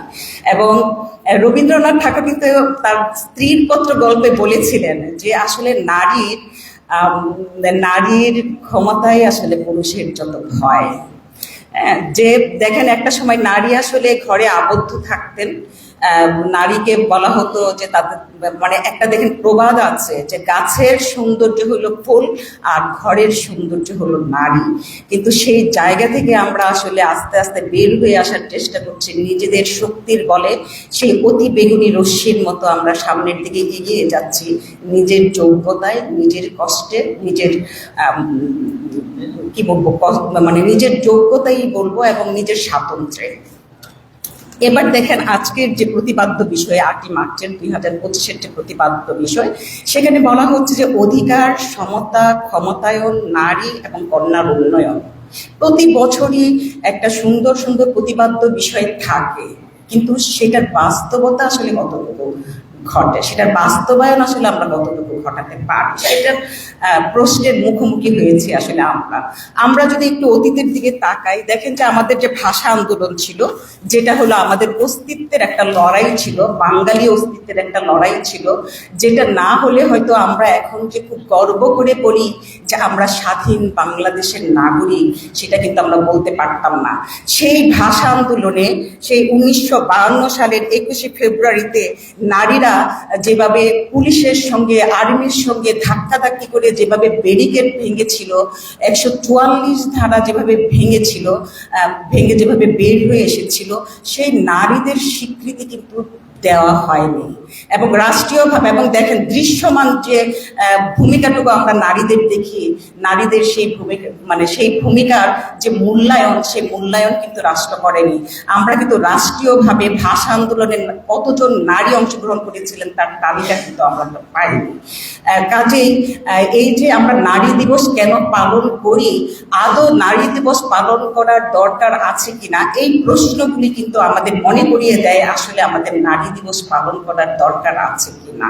এবার দেখেন যে 69-এর গণ অভ্যুত্থানে নারীদের যে ভূমিকাটা ছিল তাদের কথাও কিন্তু বলা হয়নি। এবং আবার দেখেন 52 ভাষা আন্দোলনে শহীদ মিনারের নকশা বা শহীদ মিনারের প্রতিষ্ঠার জন্য হামিদুর রহমানকে আমরা যেভাবে মনে করি, যেভাবে ওনার যোগ্যতার কথা বলি, তার সঙ্গে যুক্ত ছিলেন কিন্তু নবেরা আহমেদ। তাকে কিন্তু আমরা ওইভাবে সামনের দিকে আমরা এগিয়ে আনি না, কারণটা কি তিনি নারী বলে হয়তো আমরা তাদেরকে ওই রকম মূল্যায়নটা করি না। আবার দেখেন যে এই শহীদ মিনার প্রতিষ্ঠার জন্য সেই ইডেন কলেজের নারীরা, ঢাকা বিশ্ববিদ্যালয়ের নারীরা, তারা কিন্তু তাদের অলংকার খুলে দিয়েছিলেন। হ্যাঁ, সেই কথাগুলি আমরা কিন্তু ইতিহাসে নিয়ে আসি না, তাদের এই ভূমিকাটুকু কিন্তু আমরা মূল্যায়ন করি না। এবার আসেন আমরা মুক্তিযুদ্ধের কথা বলি, যেটা 1971 সালে আমরা দেখেছি। 1971 সালের নারীদের যে ভূমিকা, যেটা দেখে যে অগণিত নারীরা দেখা যায় তারা সম্ভ্রমের বিনিময়ে এই দেশকে তারা স্বাধীন করেছেন, কিন্তু তাদেরকে আমরা মুক্তিযোদ্ধা কিন্তু বলছি না, বলছি যে 2000 নারীর সম্ভ্রমের বিনিময়ে তাদেরকে বীরাঙ্গনা বলা হয়েছে। এবং দেখেন যে আফসান চৌধুরীর নারীদের 71 গ্রন্থে একজন নারী আছেন বেগম রশিদ নাহার, তিনি বলছেন, তিনি নারীদেরকে প্রশিক্ষণ দিচ্ছেন। হ্যাঁ, এবং তিনি বলছেন যে মেয়েদের যুদ্ধের আগ্রহ দেখে তিনি অবাক হয়েছেন, অভিভূত হয়েছেন। তিনি দেখেছেন যে মেয়েদের মধ্যে জড়তা নেই, অগণিত মেয়েরা আসছে যুদ্ধে অংশগ্রহণ করার জন্য। আপনারা দেখেন যে 52 ভাষা আন্দোলনের সময় যে সময়টা ছিল, যে সামাজিক প্রেক্ষাপট ছিল, যে রাজনৈতিক প্রেক্ষাপট ছিল, সেখানে নারীদের অংশগ্রহণ কিন্তু এত সহজ ছিল না। কিন্তু নারীরা কিন্তু সেই ব্যারিকেড ভেদ করে, সেই দেয়াল ভেদ করে কিন্তু নারীরা ভাষা আন্দোলনে এসেছে, নারীরা সেই মুক্তিযুদ্ধে এসেছে, কিন্তু নারীদের সেই মূল্যায়নটুকু কিন্তু হয়নি। এবং দেখেন যে গোবরা নামে একটা নারীদের ক্যাম্প হয়েছিল, সেই ক্যাম্পে নারীরা কোনোদিন মাথায় বালিশ দিয়ে ঘুমাতেন না। তারা বলতেন যে পর্যন্ত দেশ স্বাধীন না হবে সেই পর্যন্ত তারা মাথায় বালিশ দিয়ে ঘুমাবে না। চিন্তা করেন নারীদের কতটুকু ত্যাগ ছিল, তারা দেশ রক্ষার জন্য সম্ভ্রম দিয়েছে, তারা দেশ রক্ষার জন্য কখনো চিন্তা করেনি যে নিজের কি হবে। এবং দেখেন একজন, সেই আমি বীরাঙ্গনা বলছি, আপনারা হয়তো সেই বইটার নাম শুনেছেন, নীলিমা ইব্রাহিমের। সেখানে এক মেহেরজান নামে একজন বীরাঙ্গনা বলছেন যে আমার শ্রেষ্ঠ সম্পদ নারীত্ব আমি দেশের জন্য উৎসর্গ করেছি, তবুও কোনো মিনারে আমাদের নাম কেউ খোদাই করেনি। কেন খোদাই করেনি? সম্ভবত লজ্জায়, কারণ রক্ষা তো করতে পারেনি আমাদের সর্বনাশের হাত থেকে। হাততালি দেবে কোন মুখে? হ্যাঁ, এবং আমার অবস্থানের জন্য আমি উপেক্ষিত হয়েছি নির্মম নিষ্ঠুরভাবে, কিন্তু জানি না কোন ঐশ্বরিক শক্তি বলে আমি কোনোদিন মাথা নোয়ায়নি। যারা মুক্তিযোদ্ধা, যারা দেশপ্রেমিক, যারা দেশের জন্য সম্ভ্রম দিয়েছেন, তারা আসলে কোনোদিন মাথা নোয়ায় না। সেটাই আসলে প্রমাণ করে এটি। হ্যাঁ, যে তারপরে দেখেন যে এরকম অনেক বীরাঙ্গনাদের কথা আমরা জানি। সেখানে একজনের কান্না আমরা দেখতে পাই, তিনি একজন মুক্তিযোদ্ধা। হ্যাঁ, তিনি একজন মুক্তিযোদ্ধা, তিনি বারবার বলছেন যে আমি সরাসরি যুদ্ধ করেছি, আমাকে বীরাঙ্গনার খেতাব দিবেন না, আমাকে মুক্তিযোদ্ধার খেতাব দেন। তখন সেই সময় যিনি তালিকার দায়িত্বে ছিলেন, তখন সেই নারীকে তিনি বাজে ইঙ্গিত করেন যে আপনি একা আসেন, তাহলে আপনাকে মুক্তিযোদ্ধা বানিয়ে দেব। তাহলে বলেন যে এখনো আমাদের যে নারী দিবস পালন করার দরকার আছে কি না? এবার আসেন 24-এর গণ অভ্যুত্থানের কথা। এমন কোনো আন্দোলন, এমন কোনো দিন ছিল যেদিন মিছিলের অগ্রভাগে নারীরা ছিলেন না? নারীদের গায়ে প্রথম আঘাত করা হয়, নারীরা শক্তি জুগিয়েছে পুরুষদের। সেই 52 ভাষা আন্দোলনে যেমন পুরুষদের সাথে থেকে, পুরুষ শিক্ষার্থীদের পাশে থেকে যেমন নারী শিক্ষার্থীরা শক্তি জুগিয়েছিল, 71-এ জুগিয়েছে, 24-এও জুগিয়েছে। কিন্তু আসলে নারীদের এই যে আমরা অধিকারের কথা বলি, সমতার কথা বলি, আমরা ক্ষমতা আয়নের কথা বলি, নারীদেরকে আসলে যোগ্য জায়গাটুকু কি নারীদেরকে দেওয়া হচ্ছে? আমরা চাই এই আজকের 8ই মার্চের এই জায়গা থেকে আমরা চাই যে নারীদেরকে তার ন্যায্য অধিকারটুকু দেওয়া হোক। আমাদের প্রতিটি নারীর সেই দাবি যে নারীর যতটুকু প্রাপ্য। দেখেন বাংলাদেশের এখন 50 না, একমত মনে হয় যে 51 থেকে 52% এখন নারী। কাজে নারীকে সরিয়ে দিয়ে নারীদেরকে একদিকে রেখে আসলে কোনো দিনও এই দেশের রাষ্ট্রের উন্নয়ন কোনোদিন সম্ভব না।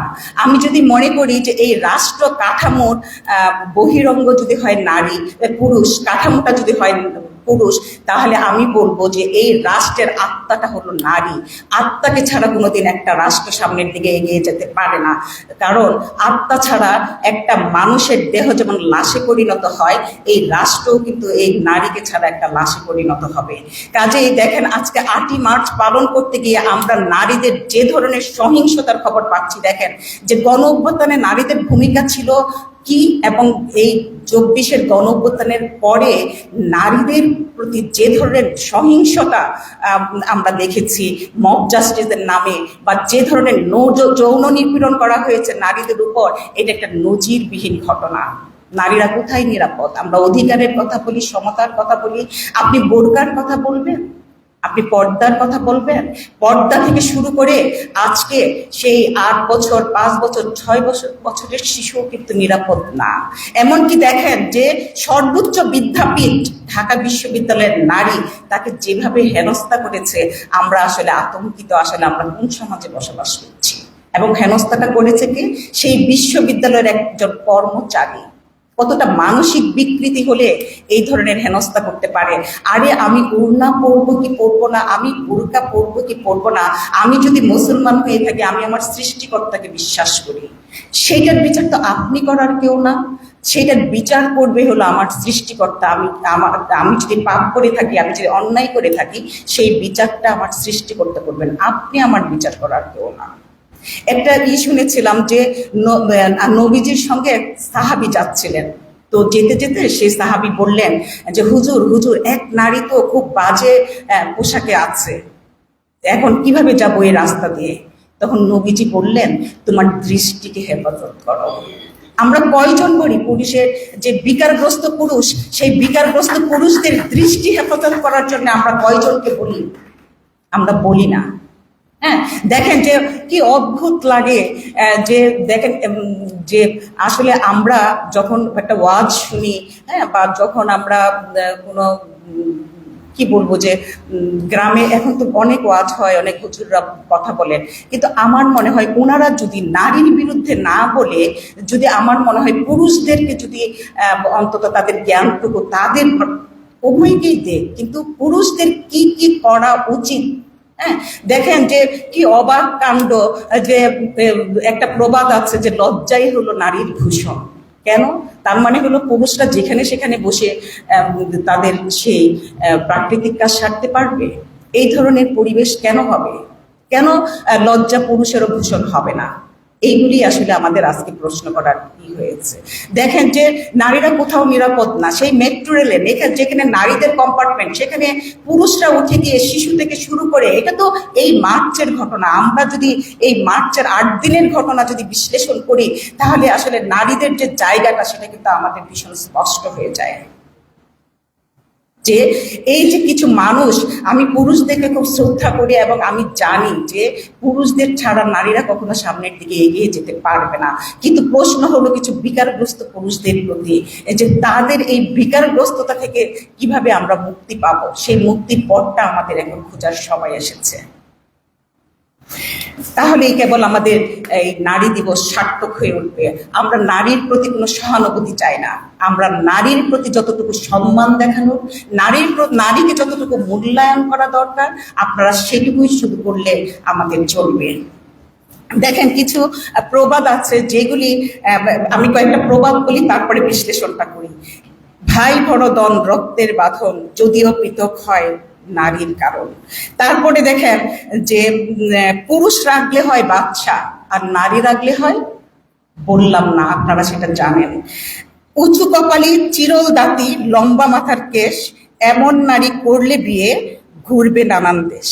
তার মানে এইরকম যদি নারী বিয়ে করে, তাহলে আর পুরুষের কোনো রক্ষা নেই।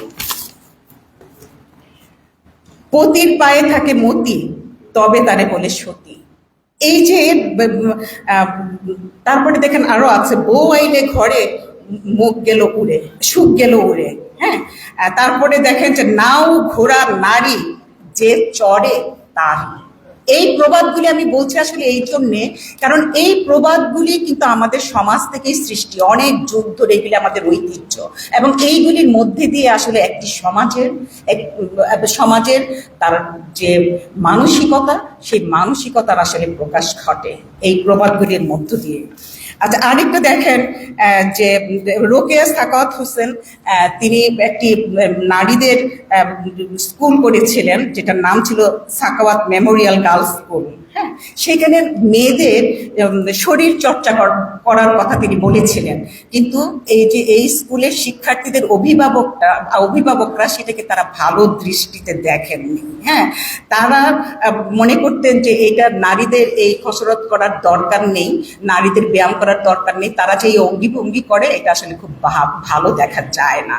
তখন রোকেয়া সাকাওয়াত বক্রোক্তি করে বলেছিলেন, যারা কন্যার ব্যায়াম করা অনাবশ্যক মনে করেন, তাহারা দৌহিত্রকে হৃষ্টপুষ্ট পালোয়ান দেখিতে চাহেন কিনা।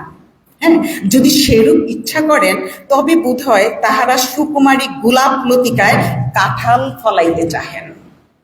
আপনারা যদি নারীর শরীরের প্রতি যদি আপনারা খেয়াল না রাখেন, নারীরা যখন গর্ভবতী হবে তাদের যদি যত্ন না করেন, এমনকি আমাদের এই যে 50% উপরে যে নারী, তাদের যদি যত্ন না করেন, তাহলে আসলে কোনোদিনও একটি সুস্থ সমাজ, সুস্থ সন্তান, সুস্থ ভবিষ্যৎ কোনোদিন তৈরি হবে না।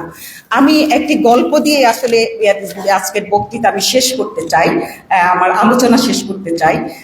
যে আপনারা বনফুলের হয়তো নাম শুনেছেন, বলাইচাঁদ মুখোপাধ্যায়, তার একটা বিখ্যাত গল্প আছে নিম গাছ। নিম গাছের প্রতীকীতে তিনি নারীদের যে অবস্থানটা সমাজে সেটাকে প্রকাশ করার চেষ্টা করেছেন। তিনি বলেছেন যে এই নিম গাছের ছাল অনেক কাজে লাগে, এটার রস মানুষ খায়। নিম গাছের পাতা কেউ কাঁচা কাঁচাই খায়, কচি পাতাটা কেউ ভেজে খায়, কারণ এটা চর্মরোগের মহা ঔষধ। হ্যাঁ, আবার কেউ কেউ এই নিম গাছের ডাল দিয়ে দাঁতন বানায়, তাহলে দাঁত খুব মজবুত থাকে। হ্যাঁ, বিজ্ঞজনরা বলে যে বাড়ির পাশে যদি নিম গাছ থাকে তাহলে এটা স্বাস্থ্যের জন্য খুব ভালো। কবিরাজরা মনে করেন যে নিম গাছের বাতাস শরীরের জন্য খুবই উপকারী। এই যে নিম গাছটা এত উপকারী, এত সাহায্য করে মানুষকে, কিন্তু এই নিম গাছটার যত্ন কিন্তু কেউ করে না, এবং উল্টা কি করে, এই নিম গাছটার গোড়াতে যাবতীয় আবর্জনা ফেলে। আমাদের দেশের নারীদের সেই অবস্থা, এই নিম গাছটাকে কেউ কাটেও না, এই নিম গাছটাকে কেউ যত্নও করে না। এই নিম গাছের এখন আসলে যত্ন করার সময় এসেছে, এবং আমরা চলুন সবাই মিলে, নারী পুরুষ একসঙ্গে মিলে একটি সোনার বাংলাদেশ গড়ে তুলি। এইটাই হোক আজকের আমাদের প্রত্যাশা। নারীর প্রতি সব ধরনের সহিংসতা দূর হোক, নারীদের সম্মান করুক সবাই, নারী তার সম্মান নিয়ে বাঁচুক, এইটাই হোক আজকের এই নারী দিবসের প্রতিপাদ্য বিষয়। সবাইকে অনেক অনেক ধন্যবাদ, সবাইকে সালাম।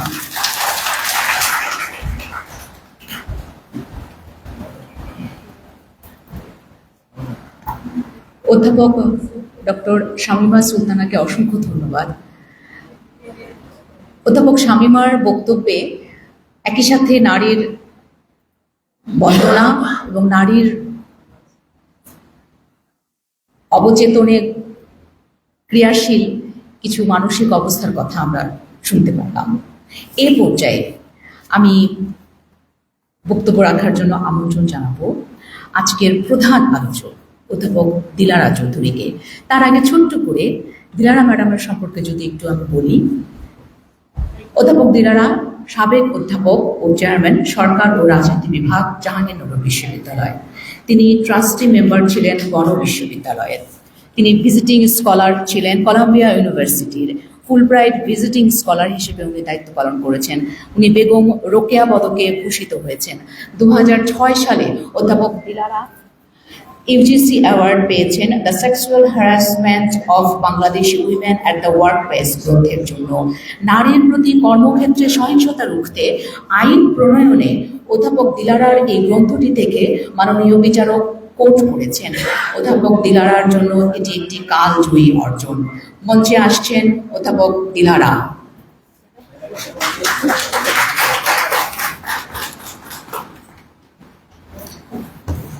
মঞ্চে উপবিষ্ট যে সমস্ত বিশিষ্ট ব্যক্তিগণ বসে আছেন, মাননীয় উপাচার্য, মাননীয় উপাচার্য, ম্যাডামরা, সুধীবৃন্দ যারা সামনে বসে আছেন, সবাইকে আসসালামু আলাইকুম এবং আমার আন্তরিক শুভেচ্ছা। প্রথমত হলো আমার হতাশা ব্যক্ত করব এই বলে, যদিও রমজান মাস, ইউনিভার্সিটি বন্ধ কিনা জানি না, বন্ধও দেয় না। আপনাদের এখানে পুরুষের সংখ্যা এত কম যে হাত দিয়ে গুনলে পরে আপনার মানে আঙ্গুল পাশানগুলিও শেষ হয়ে যাবে আর কি। আমরা এখানে আন্তর্জাতিক নারী দিবস উদযাপন করার জন্য আমরা উপস্থিত হয়েছি। ম্যাডাম শামীমারা কিন্তু খুব সুন্দরভাবে বলেছেন, নারীর যে সংগ্রাম বা স্বাধীনতার সংগ্রাম, নারীর যে অবদান, এটা উনি খুব সুন্দর করে বলে ধরেছেন। আমি খালি একটুখানি ওনার সঙ্গে সংযোজন করব যে পৃথিবীতে যখনই আপনার অধিকার, আপনার দারিদ্রের, বিশেষত গরিব, অপ্রেসড, যারা আপনার অবহেলিত, যাদের জন্য যুগ যুগে আল্লাহ তাআলা নবী পাঠিয়েছেন, সেখানে সংগ্রামে কিন্তু প্রথমে নারীরা। আপনারা নিশ্চয়ই ফ্রেঞ্চ রেভলিউশনের কথা জানেন। ফ্রেঞ্চ রেভলিউশনের যে দুর্গে আপনার আনাগরের মতো সবাইকে আটকে রাখা হতো, সেই বাস্তির দুর্গকে আপনার সবচেয়ে বেশি অগ্রসর করে সেটাকে ধ্বংসপ্রাপ্ত করেছিল নারীরা, দরিদ্র, কৃষক, শ্রমিক শ্রেণীর নারীরা। সেখান থেকে শুরু, প্রত্যেকটা বিপ্লবে নারীরা আছে। সোভিয়েত ইউনিয়নের বিপ্লবে নারীরা যতদিন যোগ দেয়নি ততদিন পর্যন্ত সেটা বেগবান হয়নি। আপনার কিউবাতে যে বিপ্লব হয়েছে একই ঘটনা। বাংলাদেশে যে সমস্ত ঘটনা বিপ্লব ঘটেছে সেখানে নারীরা সর্বাগ্রে এগিয়ে এসেছেন। শামীমা ম্যাডামটা সুন্দর করে বলেছেন। বিশেষ করে আমরা চোখের সামনে যেটা দেখেছি জুলাই অভ্যুত্থানে। জুলাই অভ্যুত্থানে নারীদের যে ভূমিকা, সেই ভূমিকা সত্যি সত্যি ইতিহাসের স্বর্ণাক্ষরে লেখা থাকবে। বিশেষ করে একজন নারী যে একটা বক্তব্য দিয়েছেন, আমি সেদিন একজনকে বললাম যেটা একটা আইকনিক স্টেটমেন্ট। উনি বলেছিলেন যে সামনে স্বাধীনতা, পিছনে পুলিশ। তার মানে কি? তার মানে বাংলাদেশ হয় আলোর দিকে এগিয়ে যাবে অথবা বাংলাদেশ অন্ধকারের দিকে যাবে। এটা কিন্তু একজন নারীর বক্তব্য। এইটুকু বলে আমি একটু বলবো যে সেই নারী যুগে যুগে কেন বঞ্চিত, যুগে যুগে সেই নারী কেন সম অধিকার বা সমতা থেকে বঞ্চিত। নানা রকম বিশ্লেষণ আছে, আপনার ঐতিহাসিক বিশ্লেষণে আমি যাব না, কিন্তু ওই সমতাকে, ইকুয়ালিটি বা জেন্ডার ইকুয়ালিটি দুনিয়াভর আনার জন্যই কিন্তু আপনার 30 বছর আগে বেজিংয়ের যে প্ল্যাটফর্ম, যেটা আপনার একদম ইউনিভার্সাল একটা কম্প্রিহেন্সিভ ফ্রেমওয়ার্ক তৈরি করা হয়েছিল, যেটার নাম দেওয়া হয়েছিল Beijing declaration and platform action. কিসের জন্য? যে পৃথিবীভর সমস্ত দেশ যারা ইউনাইটেড নেশনের সদস্য, সবাই তো সদস্য, বাংলাদেশের সদস্য, তাদের জন্য কম্পালসারি হবে যে নারী এবং পুরুষের সম অধিকার প্রতিষ্ঠা করা। এই ডিক্লারেশনটা ছিল একটা কালজয়ী ডিক্লারেশন। 30 বছর হয়েছে, আজকে আমরা সেটা কমেমোরেট করছি, কিন্তু আমরা সেই ডিক্লারেশন বা সমতার কাছ থেকে অনেক দূরে আছি। বাংলাদেশের কনটেক্সটে এরপর পরবর্তী পর্যায়ে বাংলাদেশ সাইন করেছে CEDAW convention on the elimination of all forms of discrimination against women. 1980-তে বাংলাদেশ সেটা সাইন করেছিল এবং 2000 সালে কিন্তু বাংলাদেশ 2টা আর্টিকেল আপনার রিজার্ভেশন রেখেছিল, তারা সাইন করেনি। একটা হলো আর্টিকেল 2 আর একটা হলো আর্টিকেল 16C। এবং এই দুটা আর্টিকেলই বাংলাদেশ সাইন করে নাই বা এগ্রি করে নাই, বলেছে যেটা কোরআন এবং সুন্নাহর এগেনস্টে। সেই জন্য মানে আমাদের যে নারীর জীবনের যে সামাজিক, পারিবারিক, বৈবাহিক, গার্জিয়ানশিপ, ইনহেরিটেন্স, এইগুলির উপরে হাত দেওয়া যাবে না। এবং এইখানে একটু বিতর্কিত কথা বলবো। একজন বক্তা বলেছেন আমার মাদেরকে আমাদের সম্মান করতে হবে, নিশ্চয়ই তাদেরকে মাথায় করে রাখতে হবে, কিন্তু সবাই কি রাখে না। ছেলেরা সব, আমি দীর্ঘ আলোচনায় যাব না, সম্পত্তি ছেলেরা বেশি পায়, আমরা কম পাই মেয়েরা। কিন্তু আপনার কোরআন শরীফের মেইন, আমি যতটুকু বলেছি, মেইন বাণী হলো আপনার জাস্টিস, বিচার, ইনসাফ এস্টাবলিশ করা। শারিয়া আইনে যে সম্পত্তির ভাগ হয় সেটা কিন্তু পুরোপুরি হয় না, খালি যেটুকু খালি পুরুষের জন্য আপনার সেটা না হয়। যদি ছেলেরা অর্ধেকে বেশি পায় তাহলে বাবা মাকে দেখার দায়িত্ব তো ছেলেদের থাকতে হবে। সে বিষয়ে কি আইন পাশ করা হয়েছে যে তোমরা যদি না বাপ মার দেখাশোনা না করো বুড়া বয়সে, তাহলে তোমাদেরকে জেলে যেতে হবে? ইন্ডিয়াতে কিন্তু পাশ করেছে। আপনার পিসমিল ভাবে আপনি এটা বলতে চান। ডিভোর্সের কথা, ডিভোর্সে আপনার যেটা আপনার কোরআন শরীফে ডিভোর্সের কথা যেটা বলেছে 2 জায়গায় আছে। না 2 বছরের মধ্যে সেপারেশনে থাকতে হয়, 2 বছর। 3 তালাক বলতে কোনো জিনিস কোরআন শরীফে নাই, কিন্তু আমাদের দেশে কিন্তু 3 তালাক প্র্যাকটিস ছিল এখানে বহুদিন। এবং এটা আইয়ুব খান, যিনি বহুনিন্দিত ব্যক্তি, ডিক্টেটর, পাকিস্তানকে ভেঙে দেওয়ার জন্য দায়ী করা হয় তাকে। 1961-এ তিনি যে আইন পাশ করেছিলেন, ফ্যামিলি ল অর্ডিন্যান্স। আমি অনেককে বলি ভাই আইয়ুব খানের অনেক দোষ আছে, কিন্তু আইয়ুব খানকে এই জন্য আমি কিন্তু সম্মান করি। আইয়ুব খানই প্রথম আইন পাশ করেছি। এই যে 3 মাসের যে আমাদের একটা পিরিয়ড আছে না ডিভোর্সের, 3 মাসের আগে ডিভোর্স হয় না, অথবা প্রথম ওয়াইফের পারমিশন ছাড়া দ্বিতীয় বিয়ে করা যায় না, এগুলো কিন্তু আইয়ুব খানের ফ্যামিলি ল অর্ডিন্যান্স এসেছে।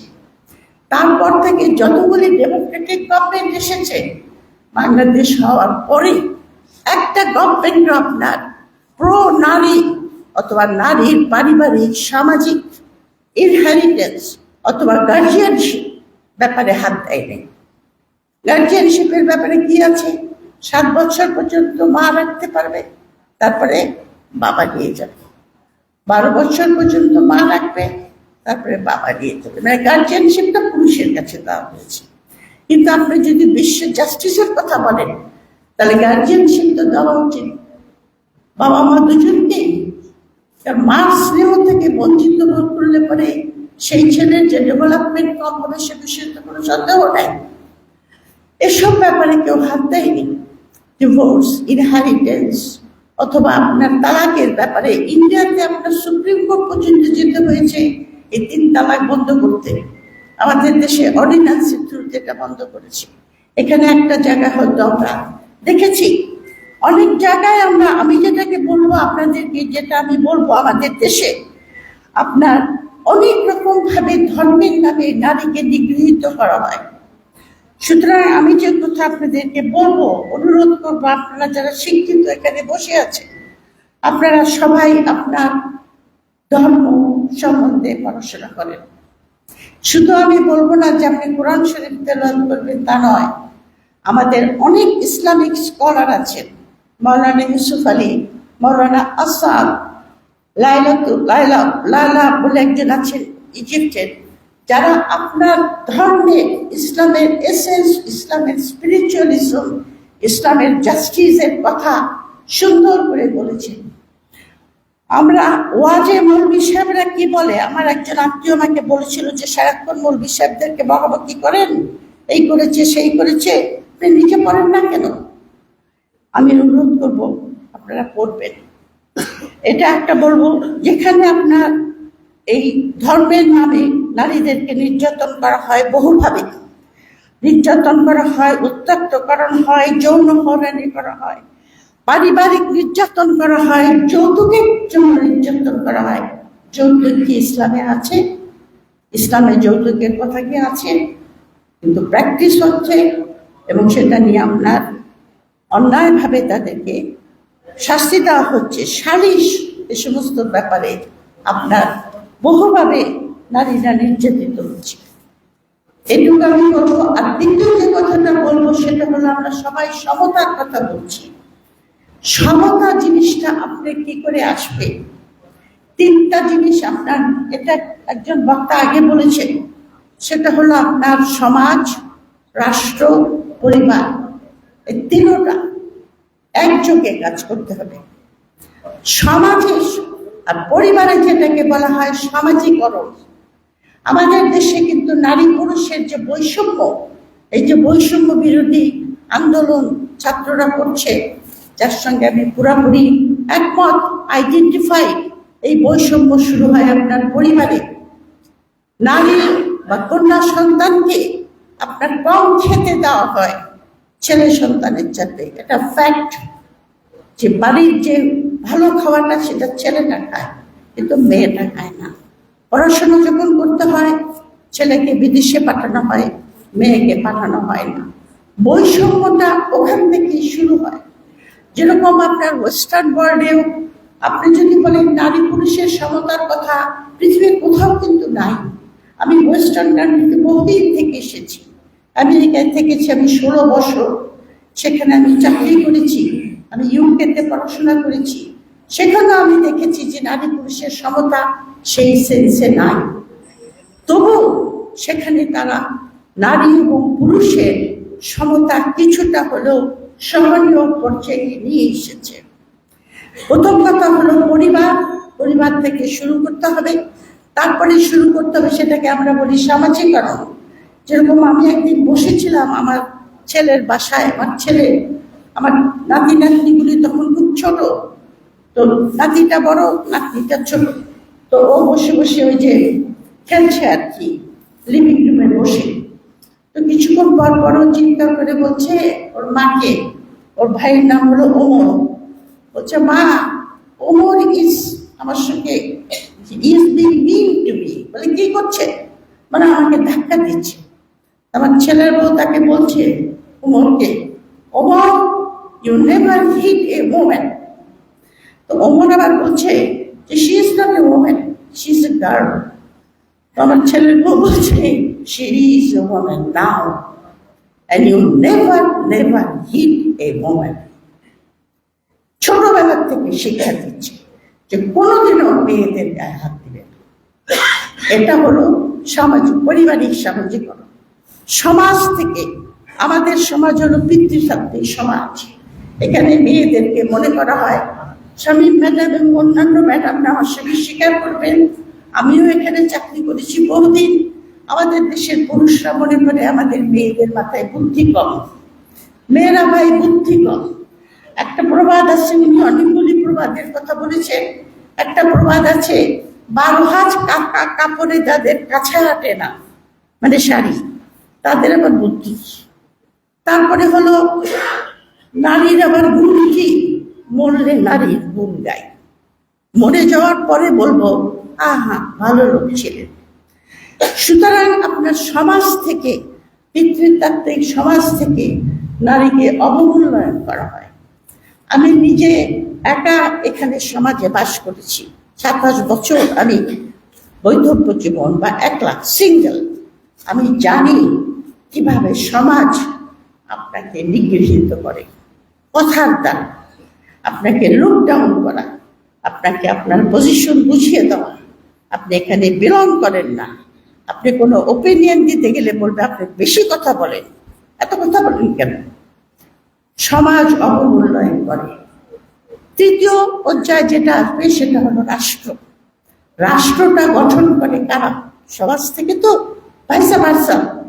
আবার রাষ্ট্রও কিন্তু সমাজকে পরিবর্তন করে বিভিন্ন আইনের দ্বারা, বিভিন্ন পলিসির দ্বারা। রাষ্ট্র সমাজকে পরিবর্তন করে। কোন একটা কুপমুন্ডক সমাজকে আপনার আলোকিত করার ব্যাপারে রাষ্ট্রের একটা ভূমিকা থাকে। তো আমাদের এখানে যে রাষ্ট্র, সেই রাষ্ট্র হলো সম্পূর্ণ পিতৃতান্ত্রিক। সুতরাং আমার এই বলে আমি শেষ করব, আমার দ্বিতীয় যেটা অনুরোধ আপনাদের কাছে থাকবে সেটা হলো আপনারা পলিটিক্যাল, আমাদের বাংলাদেশের মেয়েরা সোশ্যালি অনেক ডেভেলপ করেছে। মেয়েদেরকে আজকাল অনেক বড় বড় পজিশনে পাওয়া যায়, আন্দোলনে পাওয়া যায়, বহু জায়গায় মেয়েদেরকে পাওয়া যায়, পুলিশে আছে, অ্যাডমিনিস্ট্রেশনে আছে, আমি অস্বীকার করছি না। সোশ্যালি বা সামাজিকভাবে মেয়েরা কিন্তু অনেকটা অগ্রসর হয়ে এসেছে। আমরা যখন বাস করেছি তখনকার চাইতে অনেক বেশি, কিন্তু পলিটিক্যাল এম্পাওয়ারমেন্টে মেয়েরা পিছিয়ে আছে সম্পূর্ণভাবে। যতক্ষণ পর্যন্ত আপনারা রাষ্ট্র ক্ষমতা অংশীদার হতে পারবেন না, ততদিন পর্যন্ত সমাজকে পরিবর্তন করতে পারবেন না। রাষ্ট্রীয় পলিসি যে যতক্ষণ পর্যন্ত আপনারা অংশগ্রহণ করতে পারবেন না, ততক্ষণ পর্যন্ত আপনি সমাজ পরিবর্তন করতে পারবেন না। ততক্ষণ পর্যন্ত আপনি এমন কোনো আইন পাস করতে পারবেন না যেটা নারী বান্ধব। আপনারা ততক্ষণ পর্যন্ত পার্লামেন্টে এমন কোনো ডিবেট করতে পারবেন না। আজকে আমরা আলোচনা করেছি 11 বছরের মেয়ে, 8 বছরের মেয়ে ধর্ষণের শিকার হচ্ছে। আজকে 53 বছরের বাংলাদেশের এক্সিস্টেন্সে কোনোদিন আমি পার্লামেন্টে একটা ডিবেট শুনি নাই যে নারীর প্রতি সহিংসতার বিরুদ্ধে আমরা আজকে পার্লামেন্টে অ্যাডজর্নমেন্ট মোশন আনলাম। অ্যাডজর্নমেন্ট মোশন মানে হলো যে এটা আপনার পার্লামেন্টের রেগুলার কার্যক্রম, সেটা স্থগিত থাকবে আজকে আমরা এই বিষয়টা নিয়ে আলাপ করব। যেমন সাগর রুনির হত্যা, অথবা তনুর হত্যা, যে প্যান্টনমেন্টের ভিতরে যে হত্যা হয়েছিল। একটা দিনের জন্য পার্লামেন্ট কোনো সময় একজন হয় নাই, কোনোদিন ভায়োলেন্স নিয়ে কোনো ডিসকাশন হয় নাই। তার মানে হলো এই সমাজ, এই রাষ্ট্র সম্পূর্ণ পুরুষতান্ত্রিক। আমি আপনাদেরকে অনুরোধ করব, শামীমারা ম্যাডামরা আন্দোলনে ছিলেন, আপনারা আন্দোলনে যান। ডক্টর আলী রিয়াজ অলরেডি সংবিধানকে একটা পুনর্লিখনের মধ্যে প্র্যাকটিক্যালি করে ফেলেছেন। আমি পড়ে দেখেছি, উনি সংস্কার করেছেন 72 কনস্টিটিউশন, কিন্তু ওটা প্র্যাকটিক্যালি পুনর্লিখনই করেছেন। যাক, ভালো, ওনার কিন্তু সাজেশনগুলি যেগুলি দিয়েছেন ভালো, কিছু কিছু জায়গায় নিশ্চয়ই আছে, কিন্তু উনি নারীর ব্যাপারে যে রেকমেন্ডেশনগুলি দিয়েছেন সেটার সঙ্গে আমি সম্পূর্ণ দ্বিমত পোষণ করি। উনি বলেছেন 100টা সিট দিবেন। 100টা সিট শুনতে খুব ভালো লাগে, কিন্তু 100টা সিটে মেয়েরা 3টা কনস্টিটিউয়েন্সি থেকে তাদের ইলেক্টেড হতে হবে। তো একটা কনস্টিটিউয়েন্সি থেকে ইলেক্টেড হতেই মানুষের জান বেরিয়ে যায়, পয়সা, আপনার পার্টির আপনার সাপোর্ট, আপনার কর্মী। ইলেকশন যেটা তত সহজ না, আনলেস আপনার কোটি কোটি টাকা হয় আর আপনি রাত্রেবেলা ভোট করেন, সেটা অন্য ব্যাপার। কিন্তু সত্যিকারের ইলেকশনে আপনার অনেক কিছু লাগে। একটা মেয়ে 3টা কনস্টিটিউয়েন্সি থেকে কি করে ইলেকশন করবে? তারপরে উনি বলেছেন যে 30% মেয়েদের থাকতে হবে। তো কেমন করে থাকবে? 30% কারা করবে, কেমন করে করবে? এগুলির কোনো পরিষ্কার ব্যাখ্যা উনি দেন নাই সংবিধানে, এবং এই ব্যাখ্যাগুলি কিন্তু কেউ চাইবেও না, পুরুষরা কেউ চাইবেও না। ওই যে যখন যারা ঐক্যমত বসবে না, ঐক্যমতের কমিশন যখন বসবে, এই বিভিন্ন, আমি সেদিন বদিউল আলম মজুমদারকে বললাম যে আমার কাছে পাঠাই নেন তো দেখি আপনারা কি লিখছে, কি কি নিয়ে আসছেন ওখানে। এগুলি নিয়ে কিন্তু কোনো পুরুষ দল, মানে রাজনৈতিক দল, এটা নিয়ে খুব একটা আলোচনা করবে না। তারা সবসময় পেরিফেরিয়াল। আমি অনেক সময় অনেক পলিটিক্যাল লিডারদেরকে বলেছি যে আপনারা মেয়েদের সম্বন্ধে কি চিন্তা করছেন, কেন আমাদের তো আছে, মেয়েদেরকে আমরা এত% সিট দেবো, কি দেবো, রিজার্ভ সিট দেবো। তো রিজার্ভ সিট দিয়ে আপনার কি হয়েছে? 50টা মহিলা বসেছিল গত 15 বছর আমাদের সংসদে, সেখানে মমতাজ বেগম গান গেয়েছে, অমুকে নেচেছে, তো আমাদের কি লাভ হয়েছে? Political empowerment is very important. আপনারা, আমি বলবো, আপনারা একটা প্ল্যাটফর্ম তৈরি করেন, মহিলা পুরুষ সবাই মিলে ইয়াং যারা ছাত্র ছাত্রী যারা আছে, আপনারা একটা প্ল্যাটফর্ম তৈরি করেন। প্ল্যাটফর্ম তৈরি করে আপনারা এই যে ঐক্যমত্যের কমিশনে যেখানে আলী রিয়াজ সাহেব যে সংবিধান দিয়েছে, ওই সংবিধানে মেয়েরা কি করে আপনার রাষ্ট্রীয় ক্ষমতায় যেতে পারবে সেটা নিয়ে দর কষাকষি করেন। দর কষাকষি, নেগোসিয়েশন, ডিসকাশন ছাড়া কোনোদিন কোনো কিছু করা যায় না। সুতরাং এই দুটোই আমার আবেদন। আপনারা ধর্মের সম্বন্ধে একটু, যারা স্কলার, রিয়েল স্কলার, যারা ধর্মের এসেন্স, ইসলামের এসেন্স, যারা স্পিরিচুয়ালিজম, ইসলামের মূল বাণী যেটা জাস্টিস, অন্যায়ের বিরুদ্ধে প্রতিবাদ করা, সাপ্রেশনের এগেনস্টে দাঁড়ানো, এগুলি নিয়ে আপনারা একটু নাড়াচাড়া করেন। আর পলিটিক্যাল এম্পাওয়ারমেন্টের জন্য আমি মনে করি আপনারা একটা প্ল্যাটফর্ম গঠন করেন। শামীম ম্যাডাম অলরেডি আন্দোলনে ছিলেন, উনি লিড নিতে পারেন। আপনারা মেয়ে পুরুষ সবাই মিলে একটা প্ল্যাটফর্ম করেন জাহাঙ্গীরনগর বিশ্ববিদ্যালয় থেকে, যে আমরা জানতে চাই এই যে সংবিধান লেখা হয়েছে এখানে মেয়েদের অংশীদারিত্ব কিভাবে এনশিওর করা যাবে। আপনাদের অনেক ধন্যবাদ। Thank you.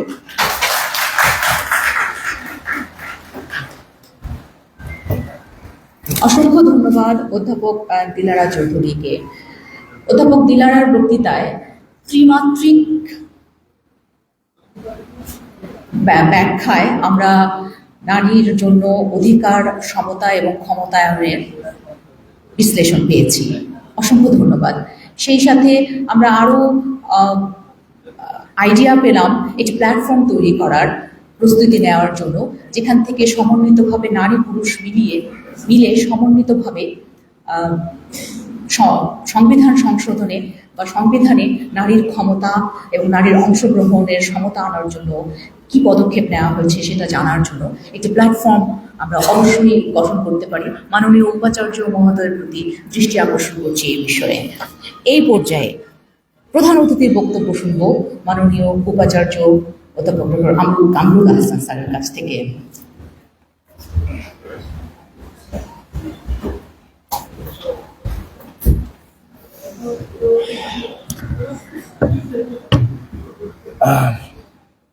আন্তর্জাতিক নারী দিবস 2025 উপলক্ষে আয়োজিত আজকের এই আলোচনা অনুষ্ঠানে শ্রদ্ধেয় প্রধান আলোচক, যার আলোচনা আমরা মুগ্ধ হয়ে শুনেছি, বিশেষ আলোচক আমার শ্রদ্ধেয় সহকর্মী মাননীয় উপাচার্য ট্রেজারার মহোদয় এবং আজকের এই আয়োজনে মঞ্চে উপবিষ্ট আয়োজন কমিটির সভাপতি অধ্যাপক শোভা মমতাজ, অধ্যাপক কামরুল নাসির খন্দকার এবং আমার সামনে যা সহকর্মী এবং জাহাঙ্গীরনগর বিশ্ববিদ্যালয় অংশীদার যারা উপস্থিত আছে, সবাইকে নারী দিবসের শুভেচ্ছা। আজকে তো আলোচনা নয়, আমরা যেটা শুনেছি এ বিষয়ে ফিলসফারদের ঝগড়াঝাটি তো হচ্ছে একটা আছেই। যেমন পরিবেশ নারীবাদী যারা, অস্ট্রেলিয়ান একজন আছেন ভাল প্লামউড, তিনি রেডিক্যাল ফেমিনিজম যেটা, সেটার ওয়ান অফ দি প্রপোনেন্টস। তো সেখানে আলোচনায় অনেক সময় এভাবে বলা হচ্ছে যে নারী পুরুষের সমতা নাকি নারী পুরুষের স্বাতন্ত্র্য, এটা বোধহয় আলোচনায় খুব গুরুত্বপূর্ণ। যেমন একজন নারী মাতৃত্বের যে অসাধারণ অভিজ্ঞতা অর্জন করেন এবং সারা পৃথিবীকে চলমান রাখে, এটা কি পুরুষের পক্ষে সম্ভব? ফলে নারী পুরুষের যেই বৈশিষ্ট্য এবং তাদের যেই অ্যাকমপ্লিশমেন্ট, সেটার নেচার ভিন্ন হতেই পারে।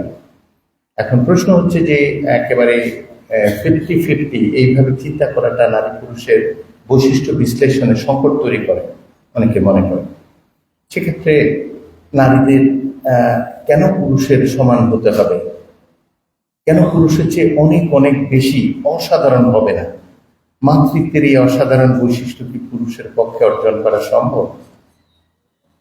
তাহলে পুরুষের মতো এরকম অক্ষম এই অসাধারণ বৈশিষ্ট্য যার পক্ষে অর্জন করা সম্ভব নয়, এই গুণে আলোকিত হওয়া গুণান্বিত হওয়া যার পক্ষে সম্ভব নয়, তাকে কেন নারীর সমান করে দিতে হবে?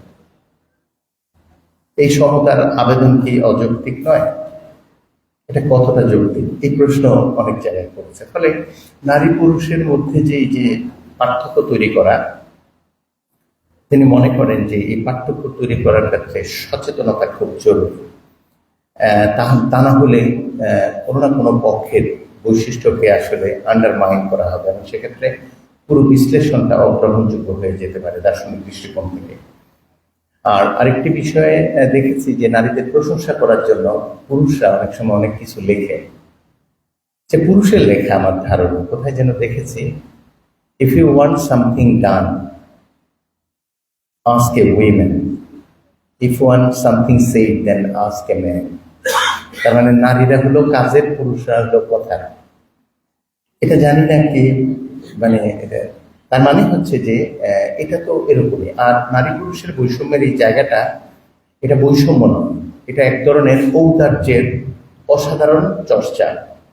যেমন আমি ব্যক্তিগত জীবনে আমার মনে হয়েছে, আমি যতদিন নারী মানে সংশ্লিষ্টতায় রয়েছি, আমার মা এই যে ব্যাপারটা একজন পুরুষের, এটা ব্যক্তিগত কারণেও হতে পারে, এই যে খুব কাছে থাকা, পেছনে পেছনে ঘোরা, মায়ের সাথে সম্পর্ক তৈরি করার এই নিরন্তর চেষ্টা, অন্যদেরকে পিছিয়ে ফেলে সবচেয়ে প্রিয় সন্তান পাওয়া, আবার মা নিজের ইচ্ছায় বা অনিচ্ছায় কাউকে একটু নিজে না খেয়ে অন্যদের ঠকিয়ে বেশি খাইয়ে দেওয়া, এইসবের জন্যই তো মা। তাহলে এইটা তো আরেকজনকে জায়গা দেওয়ার দরকার নাই। প্রত্যেকটা মানুষ তার ইচ্ছার যে জায়গাটা আছে, তার যে সম্ভাবনার জায়গাটা আছে, সেটা পরিপূর্ণ করবে। সেখানে নারী পুরুষের প্রশ্ন নয়, প্রত্যেকটি নারী আলাদা, প্রত্যেকটি পুরুষ আলাদা। কোনো কোনো পুরুষ অসাধারণ নারী চরিত্র বিশ্লেষণ করতে পারে এবং সান্নিধ্য পছন্দ করে, আবার কোনো কোনো নারী নারীদের সবচেয়ে বড় প্রতিবন্ধকতা হিসেবে কাজ করে। তাহলে নারী পুরুষ আলাদা করে কি লাভ? বরং নারী এবং পুরুষের মধ্যে একটা সম্পর্কের জায়গা তৈরি করাই বোধ হয়, এবং খুব আলাদাভাবে, I mean in a qualified sense করা বোধ হয় দরকার। এই একেবারে ভাগ করে ফেলা উচিত না, কারণ নারী অনেক জায়গায় অসাধারণ, পুরুষরা এটা পারে না। নারীরাই পারে নিজে না খাইয়ে অন্যকে খাইয়ে দেওয়া, নারীরাই পারে কন্যা সন্তানকে কম দিয়ে ছেলে সন্তানকে বেশি খাইয়ে দেওয়া। এটা শুধু খারাপভাবে দেখলে হবে না, নারীর ঔদার্যের এই জায়গাটাকে কি খাটো করে দেখা উচিত? এই অসহায় অথবা গ্রাস করা সর্বভূক পুরুষের এই যে ভালো লাগার জায়গাটা নারীর মমতা দিয়ে যখন লালন করার চেষ্টা করে মা, সেখানে পুরুষ শ্রেষ্ঠ হয় না, বরং এই স্যাক্রিফাইসের মাধ্যমে মা নিজেকে আসলে আলাদা বৈশিষ্ট্য দেয়। এবং নারী পুরুষের মধ্যে আরেকটা জিনিস আমার মনে হচ্ছে যে এই আলোচনায় একটা দ্বিধাদ্বন্দ্ব তৈরি হয়, সেটা হচ্ছে ছোট বড় করবার ক্ষেত্রে কেউ কোনো একটা পক্ষকে বেশি গুরুত্ব দেয়। আমার ধারণা আমাদের জ্ঞানের সংজ্ঞা দিতে গিয়ে অ্যারিস্টটল একটা কান্টের, ইমানুয়েল কান্টের একটা ডেফিনিশন আছে। জ্ঞান হচ্ছে এমন একটা জিনিস, তার একটা উপাদান আছে আর একটা আকার আছে। এই আকারটা দেয় হচ্ছে বুদ্ধি, আর উপাদান আসে হচ্ছে অভিজ্ঞতা থেকে। এবং তিনি বলতে চান যে এই যে পারসেপ্ট মানে অভিজ্ঞতা কি, percept without concept is blind, concept without percept is empty. ঠিক একইভাবে আমার মনে হয় নারী পুরুষের ক্ষেত্রে কথা বলে শেষ করি। নারী পুরুষ ছাড়া শূন্য, আর পুরুষ নারী ছাড়া অন্ধ, যেটা অধ্যাপক শামীমা জানা বলে গেছেন যে পুরুষ যদি একটা নিশার দেহ হয়, নারী হচ্ছে তার প্রাণ। তাহলে একটা আত্মা দেহ ছাড়া কিন্তু পালিয়ে যায়, এই পৃথিবী থেকে অন্য পৃথিবীতে চলে যায়, তাই না? তার থাকতে তো আর পারে না, যত অসানি হোক এই দেহটার মধ্যেই আশ্রয় করে একটা আত্মা থাকে। আবার এই দেহটাই আত্মা ছাড়া লাশ হয়ে যায়, তিনি বললেন। তাহলে আমরা এইভাবেই চিন্তা করি না কেন একে অপরের পরিপূরক, এখানে সমান কিংবা ভাগাভাগির এই যুদ্ধ দ্বন্দ্বের আগে সম্পর্কের জায়গাটায় আমরা যদি বলতে চাই কেউ কাউকে ছাড়া আসলে পূর্ণ নয়, উভয়ের প্রতি নির্ভরশীল এবং এই নির্ভরশীলতা উভয়কে পরিপূর্ণতা দান করে। আলোচনা আমন্ত্রণ জানানোর জন্য অনেক অনেক ধন্যবাদ, কৃতজ্ঞতা বিশেষ করে ম্যাডামকে, অসাধারণ বলেছেন, আমরা সেটা অনুসরণ করব এই আশাবাদ ব্যক্ত করছি।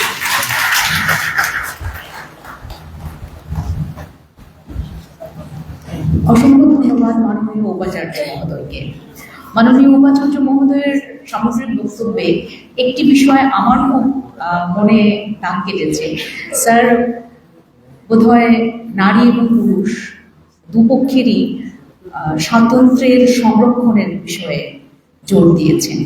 যার যার স্বমহিমায় আমরা যদি দাঁড়াতে পারি তাহলেই হয়তোবা সমতা অর্জন সম্ভব। এ পর্যায়ে আমি সমাপনী বক্তব্য দেওয়ার জন্য মঞ্চে ডেকে নেব আজকের আন্তর্জাতিক নারী দিবস 2025 উদযাপন কমিটির সভাপতি এবং প্রভোস্ট বীর প্রতীক তারামন বিবিএ জাহাঙ্গীরনগর অধ্যাপক ডক্টর আবেদা সুলতানাকে। তার আগে আমি বিশেষ একটু ধন্যবাদ জানাতে চাই আজকে মঞ্চে এবং মঞ্চের সামনে উপবিষ্ট সকল অংশগ্রহণকারীকে তাদের মূল্যবান সময় থেকে কিছুটা সময় আমাদের অনুষ্ঠানে দেবার জন্য। মঞ্চে আসছেন অধ্যাপক ডক্টর আবেদা সুলতানা, আজকের আয়োজক কমিটির সভাপতি।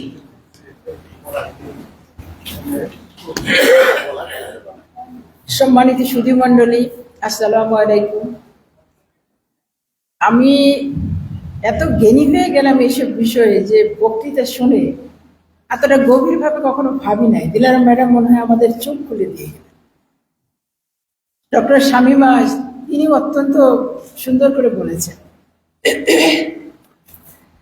অধিকার, সমতা, ক্ষমতায়ন, নারী ও কন্যার উন্নয়ন, এই প্রতিপাদ্যকে ধারণ করে আজ জাহাঙ্গীরনগর বিশ্ববিদ্যালয়ে অনুষ্ঠিত আন্তর্জাতিক নারী দিবস 2025-এর আলোচনা সভায় উপস্থিত মাননীয় উপাচার্য অধ্যাপক ডক্টর কামরুল হাসান, উপ উপাচার্য শিক্ষা অধ্যাপক ডক্টর মাহফুজুর রহমান, অধ্যাপক ডক্টর আব্দুর রব মাননীয় কোষাধ্যক্ষ এবং আমাদের সম্মানিত professor Dilara Chowdhury, professor Shamima Sultana, professor Shova Momtaz সহ যারা উপস্থিত আছেন সকলকে, আপনারা এখানে উপস্থিত হয়েছেন এই জন্য আপনাদের উপস্থিতি আমাদেরকে সমৃদ্ধ করেছে, আপনাদের প্রতি কৃতজ্ঞতা জানাচ্ছি।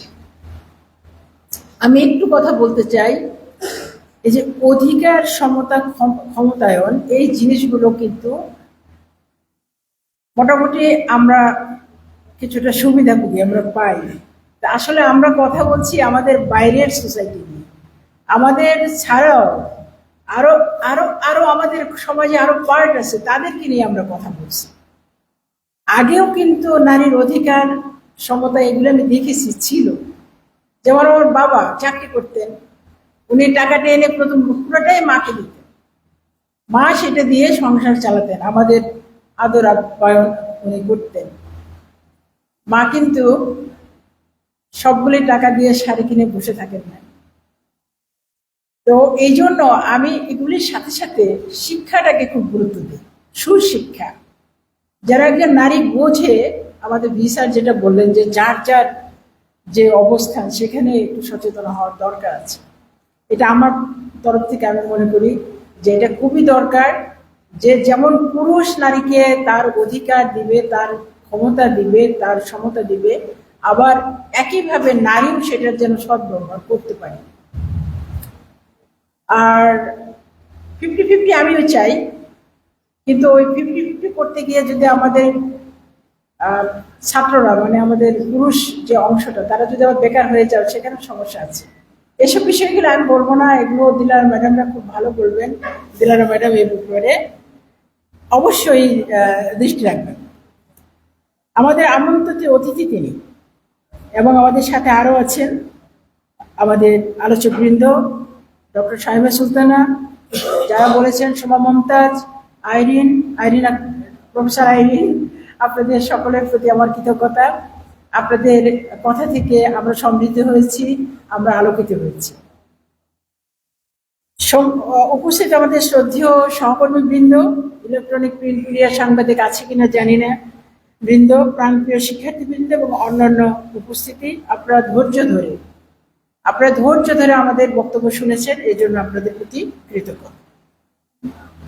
পরিশেষে এই অনুষ্ঠান আয়োজনের জন্য আয়োজক কমিটি আমাকে যে সহযোগিতা করেছেন তাদের প্রতি আমরা কৃতজ্ঞ। আমাদের সদস্য সচিব ডক্টর তাসলিমা নাহার, আমাদের প্রীতিলতা হলের প্রাধ্যক্ষ ডক্টর নাসরিন সুলতানা এবং তমালিকা সুলতানা সহ নাসরিন, আমাদের বেগম নাসরিন অত্যন্ত পরিশ্রম করেছেন তার পুরো অফিস নিয়ে।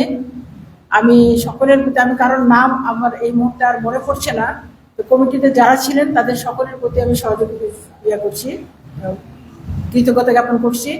রাত 10টা পর্যন্ত তারা ব্যানার লাগিয়েছে, খবর আমি পেয়েছি। তো আপনারা সবাই আমার কৃতজ্ঞতা গ্রহণ করুন। এই অনুষ্ঠানে আয়োজনে যা কিছু ভুল ত্রুটি হয়েছে তা আমি সেটা ক্ষমা সুন্দর দৃষ্টিতে দেখার জন্য অনুরোধ করছি এবং আপনাদের সকলকে ধন্যবাদ জানিয়ে এবং সকলের প্রতি কৃতজ্ঞতা জানিয়ে আমি অনুষ্ঠান শেষ করছি। আল্লাহ হাফেজ।